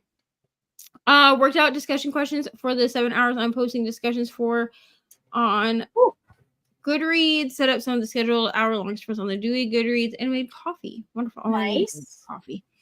2 hours in and loving it. Wonderful. Hello, Carissa. Did Fourth Wing tell you it would be a cliffhanger ahead of time? Yes, we were. I wasn't. I read it right when it came out, though, so I was not aware. So I feel like. But I think I warned people. I feel like people ignored the fact that it was a cliffhanger. Like they thought this was like a standalone book. But I feel like you had to also be in everyone's defense. I feel like you had to be on TikTok enough to understand what was going on because this book was marketed on TikTok before it was marketed anywhere else. And TikTok people, like book talkers, were saying like this is supposed to be a series. So there's probably going to be a cliffhanger, but I don't feel like it made its way to YouTube and, well, Instagram first. But I don't feel like it made its way to other social media saying it was going to be a cliffhanger until after it was published. I mean, I wasn't surprised by the cliffhanger ending at all. Number one, because it is one of the most, and I can't believe, no, here's the thing, I didn't see it. I will fully admit to not having seen it, but the minute that I like figured out what was happening, I was like, I'm the dumbest bitch in the world because it is such an obviously telegraphed cliffhanger what happens. It definitely is. I mean, also, it's a fantasy book, and that is really common for first and second books in fantasies. Here's the thing. I really acted like I was surprised by the cliffhanger, but on thought, I was the same way. I was like, because like when I read it, I was like, oh my God. Like this gets a whole song just for the end. And then like the longer I thought about it, I was like, are you fucking stupid? Like how much fantasy have you read in your life? I be surprised? I knew there was going to be probably some sort of catch ending at the end. And when I finally figured it out, like what it was, I did lose my shit a little bit because it is one of, and this is what makes me sad about the fact that like there are issues with like her stance when it comes to literally Islam in general. But like it's one of my favorite tropes. It's one of my favorite things you can have happen. I do like that trope. It's such a good, like, to be honest, we got a similar thing at the end of my favorite book of last year that I can't talk about because it's St. Martin's Press. We got a similar trope at the end of, like, it was a similar thing at the end of that book too. And I do like that trope, even when it should be obvious that it's going to happen. Yeah, no, and it's my favorite. It is one of my favorite tropes to have happen. I've never had this situation happen to me in real life, so I do not know why I love this trope so much. But I think sometimes tropes are the most fun when they haven't happened to you in real life. Yeah. You know what I mean? Because one of my favorite tropes is like the touch her and you die thing. And like, that's never happened to me in real life in such an extreme as it does in some of the books that I read. But every time it happens, I eat that shit up. There is like, here's my, I know I need to be I'm a strong, independent woman and I don't need anyone to defend me, but sometimes it would be really nice if I had someone who did. Well, and to be honest with you, like I have Ryan, like if it really came down to it, like he is the touch her and you die trope, you know what I'm saying? But like not to the extreme, I don't think, unless I don't know something. Which if he's watching right now, He's not going to literally hold a sword to someone's but neck. like he's probably not actually gonna like unless my life is actually in danger, he's probably not gonna like shoot somebody in the head or like run a sword through their stomach or something. But like every time that it happens, I'm like, oh my god, yes, like every single time, like all of the feminist anything in my body, it just evaporates when that happens. Like I'm no longer I'm no longer a strong independent woman. You know what I mean? I am now. My feminism is advanced enough to know that sometimes you do need help from someone else, and that we should be able to depend upon our partners to be that way if we need them to be that way. Anyways, Exactly. It's fine. It's fine. Got a couple of books or a couple of pages, a couple of books read. That would be a feat in an hour. Got a couple of pages read, fell asleep and played chess with my son. Wonderful. Nice. That sounds very productive. I did the reacting to 1-star reviews as a Patreon exclusive video. Maybe I'll do that as a Patreon video. I could stand to do it as a Patreon video. I just can't stand to do it as like a public video that then like I know my luck and like I would do it and then it would go viral and I would die. So I also enjoyed Verity. To be honest, I did like this book. Okay, I did. I gave it 5 stars. I did like this book. I have like the collector's edition of it on my shelf. Okay, which is ridiculous. I also have the collector's edition of It Ends With Us on my shelf. Like I'm aware that Coho is not great. Okay, I'm aware. It's fine. And I'm also aware that I think the reason that I like Coho, that I can enjoy her books, is because in 2020 she was one of the authors that I read when I was trying to get back into reading. So I feel like it's an nostalgia, because I feel like if I read, I am doing a vlog. It might be Patreon exclusive, but I am doing a vlog where I finish out the 2 series that I still have by her, that I have physically, because I had bought all her books. We're not going to talk about it. I own every Coho book that I know she's of. sold more books than the Bible. That does not surprise Which is me. unbelievable. Like she's getting an entire shelf when I get bookshelves, just simply because I have nowhere else to put her shit. But I have 2 series that I do need to actually read from beginning to end, because they are on my physical TBR, so they are going to get read. And I don't know that they're going to be 5-star books. I don't know that they're going to be 4-star books, to be honest, at this point, because I've evolved as a reader, or evolved back to where I was before I stopped reading. And Coho is not necessarily something that I gravitate towards, but I have to read them because they're on my physical TBR. And all next year, my goal will be to read down the books that I own. So, and that's on every platform. We're not going to talk about how many books that is. I'm not a Coho person. I read Verity. It was one of the craziest things I've ever read, but I admire her fans' passion. I love Sarah J. Maas, so I get it. Yeah. And here's the thing. I can't stand a Coho stan because they irritate the shit out of me, because they seem to think that this woman can do no wrong. Miss me with that. I also really enjoy Sarah J. Maas. Okay. Like, but also I also enjoyed, what was that called? The Vicious Lost Boys series by Nikki St. Crow. A lot of people hate that series. And objectively, I understand that it's trash. It's not a good series. It's not well written. Okay. It doesn't make sense a lot of times. And there's a million and one plot holes. But to be honest with you, I don't read dark romance thinking this is going to be great literature. Go in to have a good time. That's what I go into dark romance for.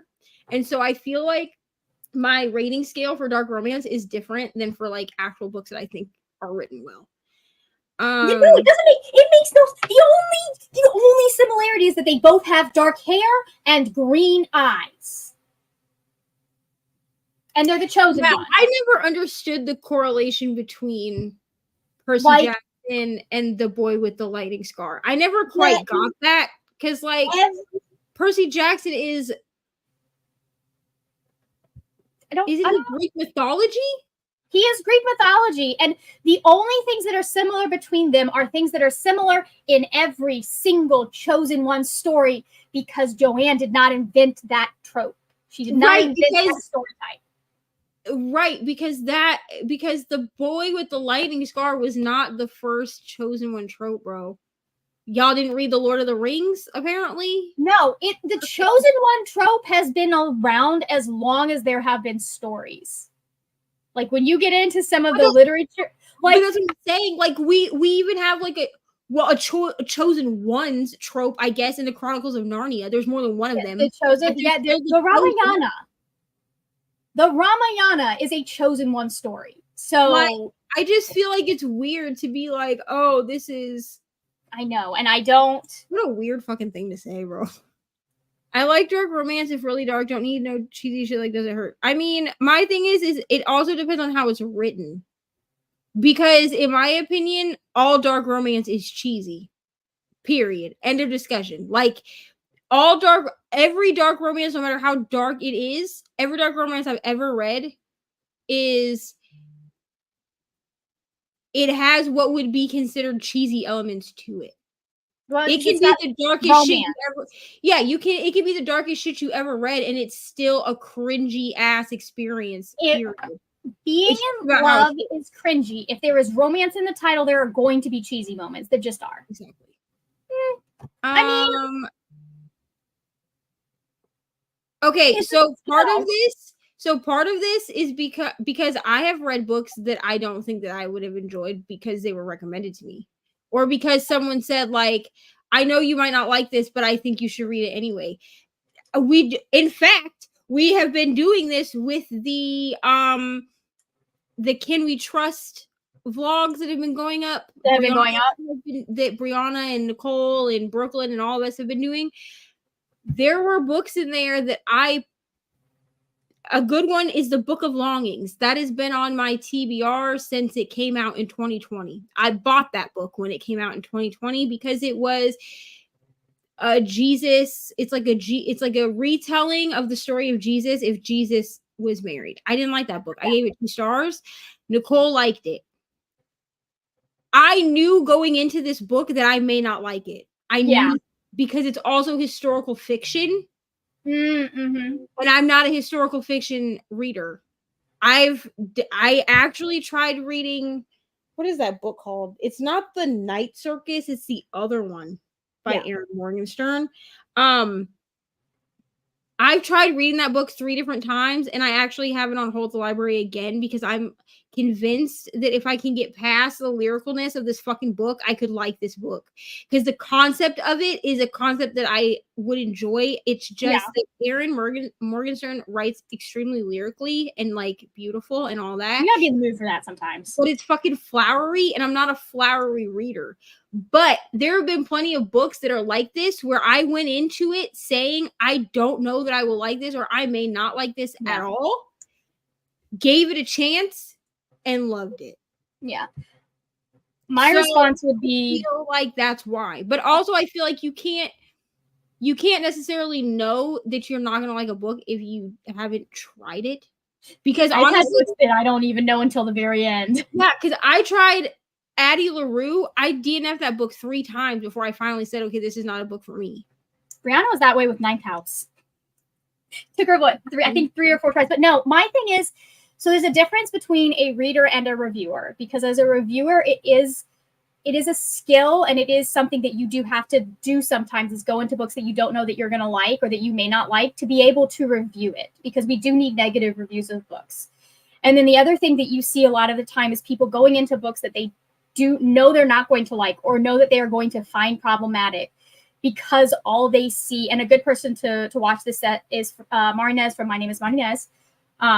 She goes into a lot of books knowing that they have problematic content and knowing that no one is talking about that. So people are going into it not being aware of this and being either blindsided or thinking that this is good and accurate representation of a people. Honestly, a good example of this, and I will be uploading a video about this book. A good example of this is I had Ari pick my library books. She's since re-picked books off my shelf because she didn't like the fact that I DNF'd this particular book. So she said, well, we haven't had no luck was had with these, so we're going to pick books off your actual shelf. So she repicked. I have to refilm that video now, which is fine, but it just means it's going to be delayed for Patreon because it's going on Patreon. But she picked a book called By the Time You Read This, I Will Be Dead. She didn't know what this book was about when she picked it. She picked it because it had flowers on the cover. Okay, great. This is a book from 2010 that is marketed to teenagers. Ooh. And it has step-by-step instructions on how to unalive yourself. Not only using a method of extracting blood from your body completely, but also jumping from a building and using carbon monoxide. And when I say step by step, I do mean that if you followed what they said in this book, you would be able to do the thing. And in none of the reviews that I read was this ever brought up. Was that ever mentioned? Yeah. Now, I understand that the concept of this book is that we are following her on her last 22 days on this earth. I personally, I understand what the issue with, or what people's issues with 13 Reasons Why is. I get it.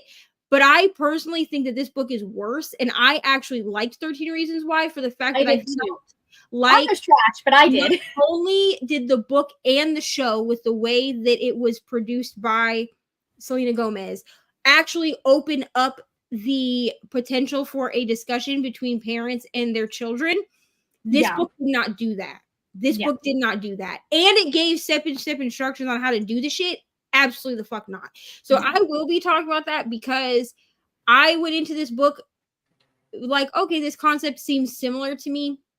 Similar, like it was around the same vein as 13 Reasons Why, right? Obviously, the concepts are not the same because 13 Reasons Why, she writes 13, or she makes 13 tapes, not 13 letters. 13 Reasons Why, I can understand why it would be triggering, and I understand like the criticism for it, but it also is one of the first things that made me sit back and realize what is going on in someone's head. Exactly. When they are contemplating suicide, and it's one of the, like that complete it changed for all its flaws. It completely changed my view of suicide, if that makes sense. Yeah. So yeah, I just feel like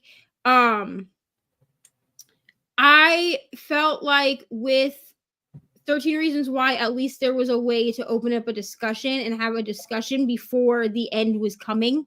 You know what I'm saying? This book was like, here's the end. So yeah, go do your thing. And it never got brought up. Asher, he is a harasser. So just so everybody knows that. Which one? The main actor? Jay Asher. Jay Asher, the author. Oh, the author. Yeah. He's been accused of sexually harassing women at cons. So stay away. Just go watch the show. Just go do that. Support Selena Gomez.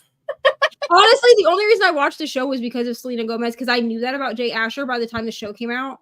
Yeah. And so I wasn't gonna watch it, and then it said it was produced by Selena Gomez, and I was like, my thing about movies and TV shows, and this is why I stuck with a certain world for as long as I did, until like we actually like certain things came out, is that like I'm not going to boycott a show or a movie because of, unless there was a greater problem within the show or the movie. I'm not going to boycott a show or a movie for what happened with one person. Like, I was in the 100 fandom, and so I was in the fandom when Ricky Whittle left. And one of the things that he really urged people to do, he's like, I'm going to be speaking about my experience and what was going on when the abuse that I faced on this show. I still want you guys to watch it and support it because a lot of my friends still work on it, and I want them to have a job. Yeah. So like, yeah. Bree, I think that I just didn't care. I'm gonna be honest. I got like 20% into this book, listening to it, and at first I was enjoying it, and then I just started not caring about the characters. And I hate when it happens. And unfortunately, as a character-driven reader, I have to care about the characters. I also do like I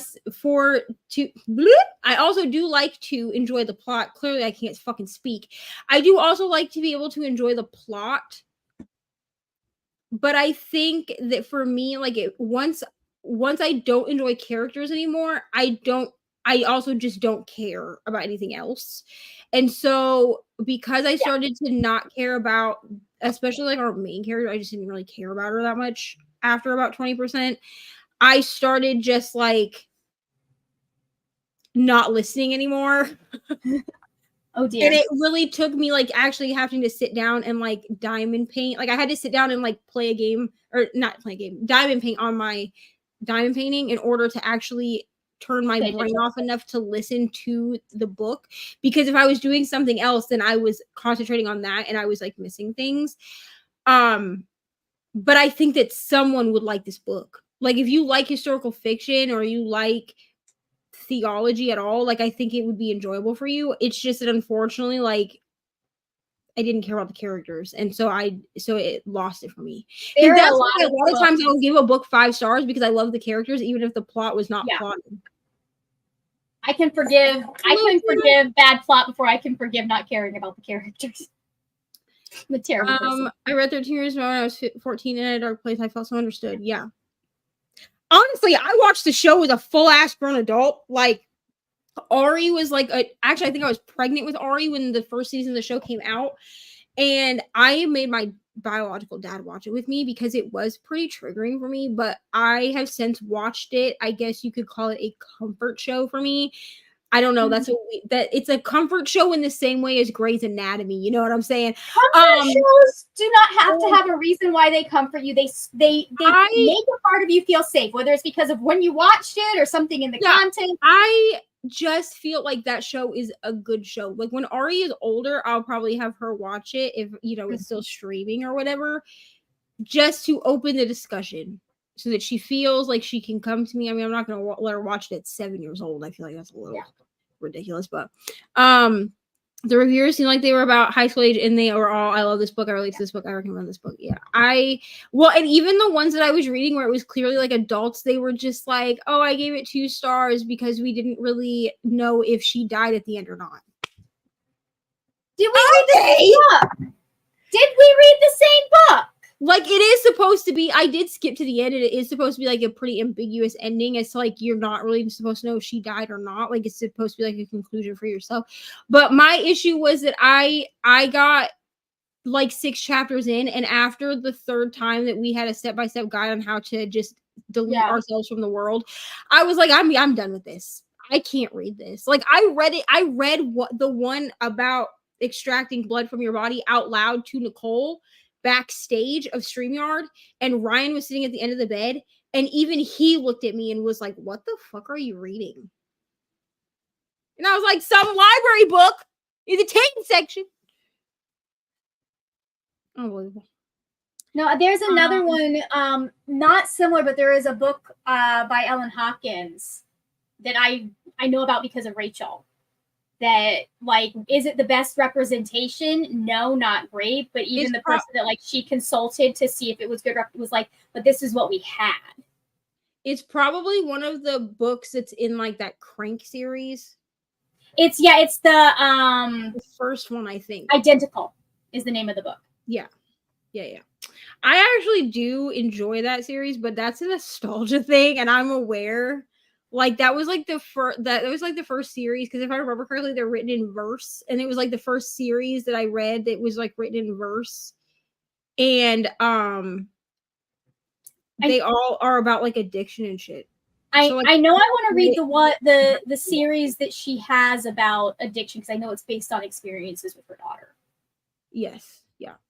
I watched the first season of 13 Reasons Why when it came out because Danica wanted to watch it. My sister said I was the one who had to see if it was appropriate. I was like, appropriate for a 12-year-old? Not really, but she'll be fine.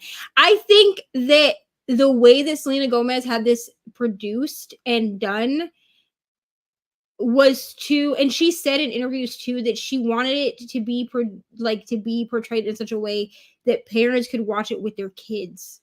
It was not necessarily a show that was, I mean, there's a lot of warnings and stuff in the beginning anyway, but it wasn't necessarily a show for like a 16-year-old to sit down by themselves and just binge it. She wanted it to be a show where you could A have family it with event. Yeah, did she die? Like, who gives a fuck, honestly? Like, honestly, that was like the least of my, I didn't even really care if she died at the end, to be honest. I hoped that she didn't. But like also, like, I just felt like there was no hope to this book.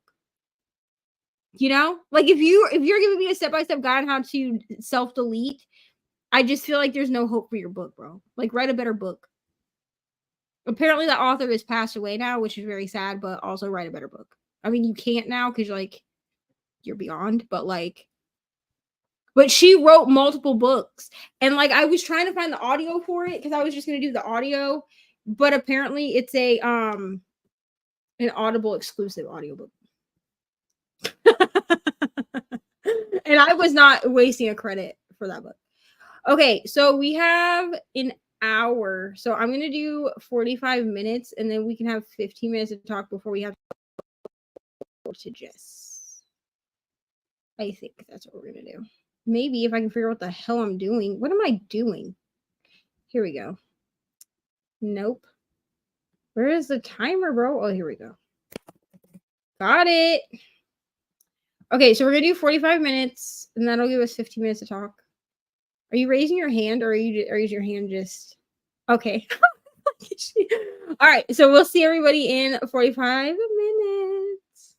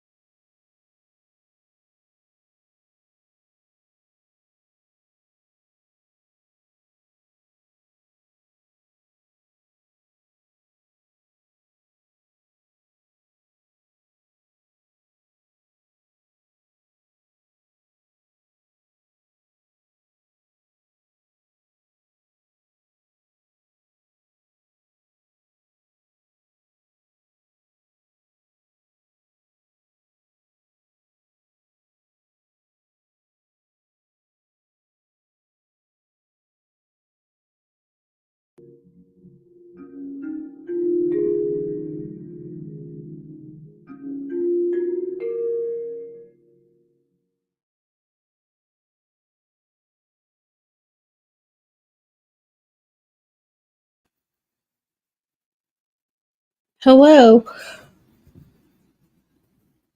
Margaret is making tea, so she might be back. She might not, but she's making tea. So how did we do, friends? Let me know in the comments. I talked to ML, which was a riveting conversation, I must say. And I also read another chapter. So, well, finished chapter 2. So I'm on chapter 3.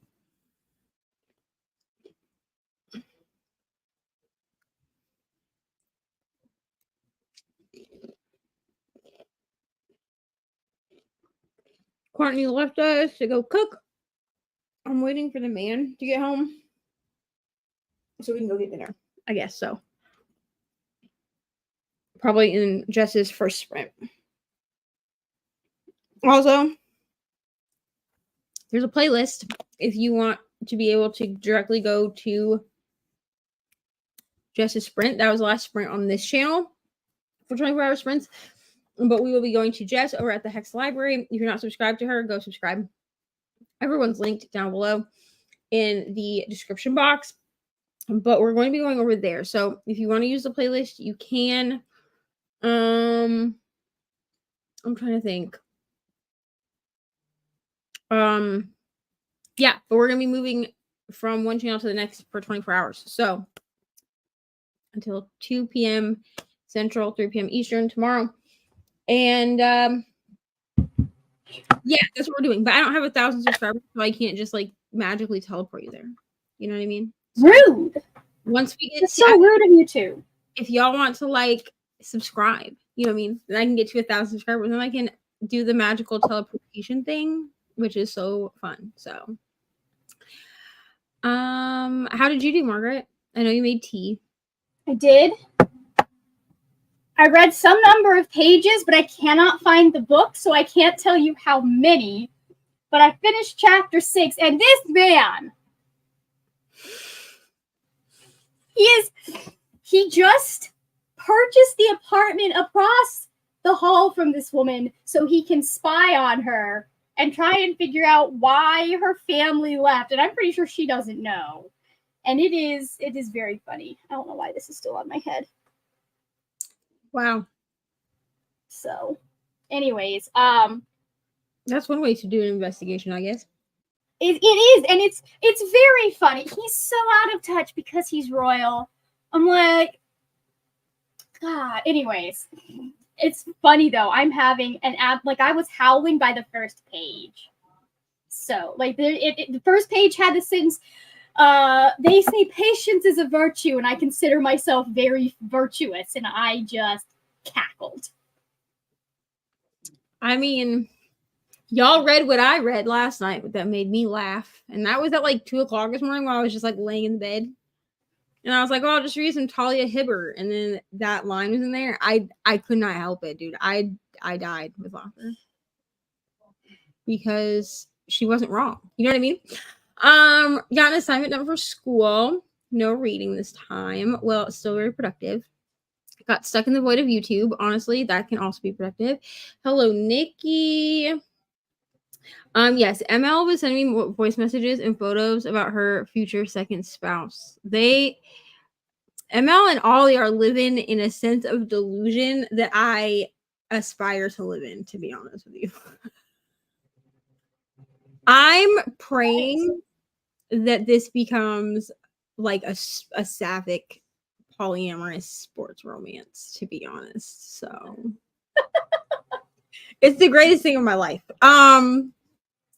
But ML, you were so productive because you talked to me and you vacuumed. I mean, look at you. Yes, Nikki, we're gonna be moving over to Jess's sprints here in like 10 minutes because she has the next 4 hours. I will be there though. I will be there. At some point I'll take a nap, but I don't know when that'll be. So Christina started making supper. What are you making, Christina? Patricia read to page 170 of It Ends With Us, loving it just as much as the first time. Listen, I've reread It Ends With Us, I think 3 times now.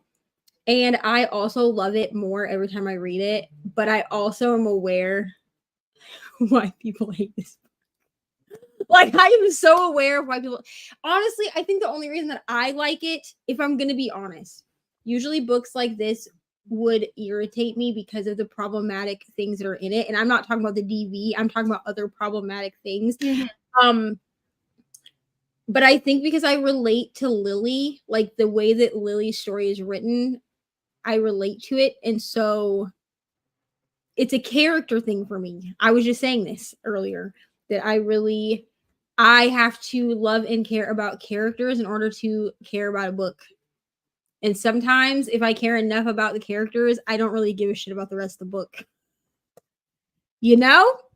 I will say this though. If you are a person who believes that we should be standing Ryle, we can still be friends, but we are not going to talk about it. Because that is the one thing about It Ends With Us that really irritates me is there is a side, okay? Like you are supposed to pick a side, like you are Team Atlas or Team Ryle, and people really be out here thinking that Ryle deserves like a redemption arc, even though he like Ryle's the first guy, right? Yeah, he's abusive to Lily the entire book. I mean, and he does like classic like abuser behavior, right? No. Where like he'll do the thing like I think the first instance is like he like shatters a dish that has food in it. Like he gets pissed off and he like shatters it or whatever, or burns himself and he shatters it. And people are like, and then like he does the classic abuser thing where she gets scared and then he's like, I'm so sorry, Lily. Right? The love bombing, the gaslighting, all the shit. And then people are like, but Ryle is so hot and we should get a redemption arc and he's a doctor and he just needs therapy. I mean, he does need therapy. Don't get me wrong. But the whole book is him and his abuse increasing and getting worse, which is realistic to abuse. Like it doesn't you don't usually get punched in the face the first time that someone abuses you, because if that was a thing that happened, then we would leave abusive relationships it would be way easier for us to justify leaving an abusive relationship. Yeah, finally. But like it starts with little things and it does eventually become like a physical thing in It Ends With Us. But like the people that think that this man needs a redemption arc, I need you to sit down or go talk to someone in your life. I'm sure there's someone you know, even if they haven't told you, that they've been abused, and I need you to go talk to them. Because I feel like the people that think that Ryle deserves a redemption arc, here's the thing, are the people who've never dealt with it, which like that's great for you, but like also please sit down. Thank you. The world would be better if the man was a better person. Lily does not owe him to be his redemption arc. He needs to be his own. He needs to deal with that on his own. I'm speaking as someone who like probably from the age I was like 7 or 8, my mom was very honest with me about like what her first 2 marriages looked like. Because she was caught in one that was abusive because of drugs, and then one that was abusive because she thought he was perfect, and then he flipped a switch once they got married. And she was very like open about like, these are the things you look out for, and you don't tell a guy exactly what you're looking for from the get-go, because that's how you end up in abusive relationships and all of that stuff. Like people will take advantage of that. And she ended up making up with, I think it was her first husband, because he ended up getting clean. So like, if there's a catalyst to abuse, that was something that happened many years, decades later, when someone that they knew approached her to say, hey, he's not like, he reached out to her because he felt like he needed to apologize to her. But that's also, but that wasn't. And if he was doing like a 12-step program, that's part of the 12-step program, is to make amends as long as it will not harm you or he was dying to do it. Well, there's also that. But if the catalyst to his abuse, and I'm not excusing it because there's no excuse. If the catalyst to his abuse was that he was on drugs and became abusive while on drugs, and then but as a clean person, he is not inherently abusive, that's different. This man is like inherently abusive. I will give Colleen Hoover, I didn't like it Starts With Us, or whatever the fuck that little spinoff was that everybody thought that needed to exist. I don't think it needed to exist. You could have left it alone. You could have let Lily have her like independent woman stance at the end. And I think a lot of us just assumed that eventually, because we do see her like reconcile whatever with Atlas at the end, I feel like a lot of us thought that the ending would end the way that we got in It Starts With Us, but we didn't need that spelled out for us. Like we could have figured that out. But that's fine. That's my opinion. I will say that she, at least in It Starts With Us, did not give Ryle a redemption arc. I thought at one point that she was going to, but she didn't. Like, she very much made Lily stand firm in her thing of like, yes, we have to co-parent because we have a baby together or whatever. I don't remember if Lily and Ryle get married. I don't think they do, because I think that's why it's so easy for her to break off. To walk off. But I'm glad that she didn't do that, because I was actually really afraid that that's what she was going to do. Instead, we get like deeper lore into like Atlas's background, which is fine. Need it, but it was fine. But if she'd given Ryle a redemption arc, I would have thrown that whole book away. No. And it's like people's victims don't owe them or owe them forgiveness. If you want to if you realize you did wrong and want to make yourself better, that's on your own time, and you don't get to absolve yourself of guilt.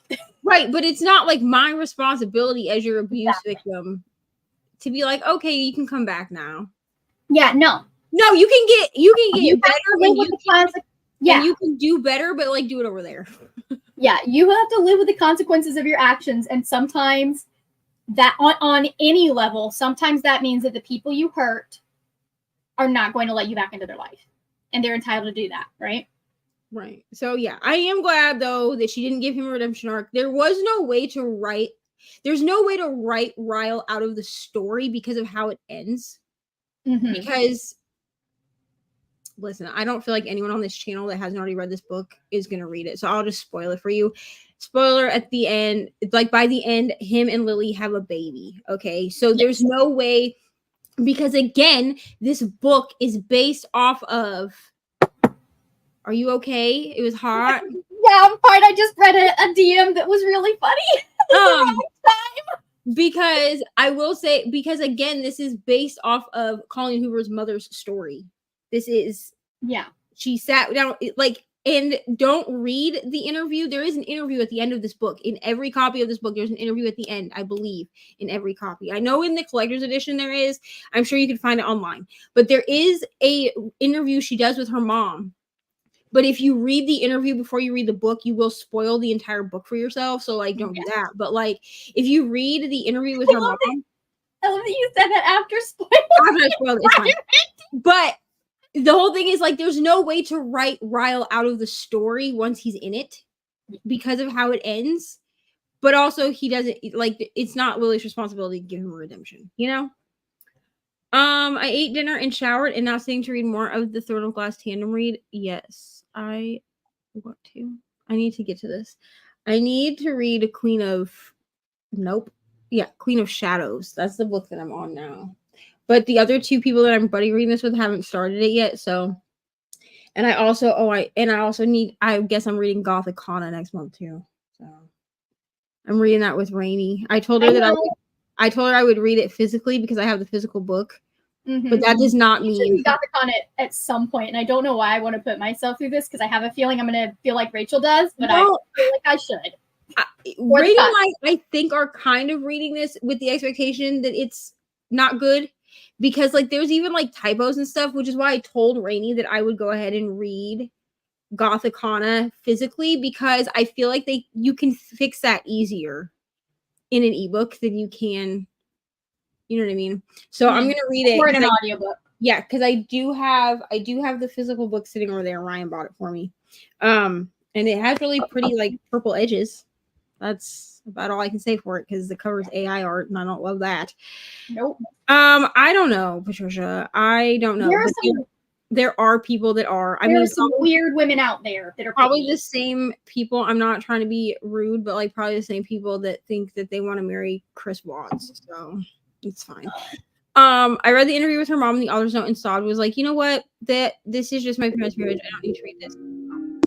I know of at least one booktuber that Colleen Hoover is how she realized she was in an abusive relationship.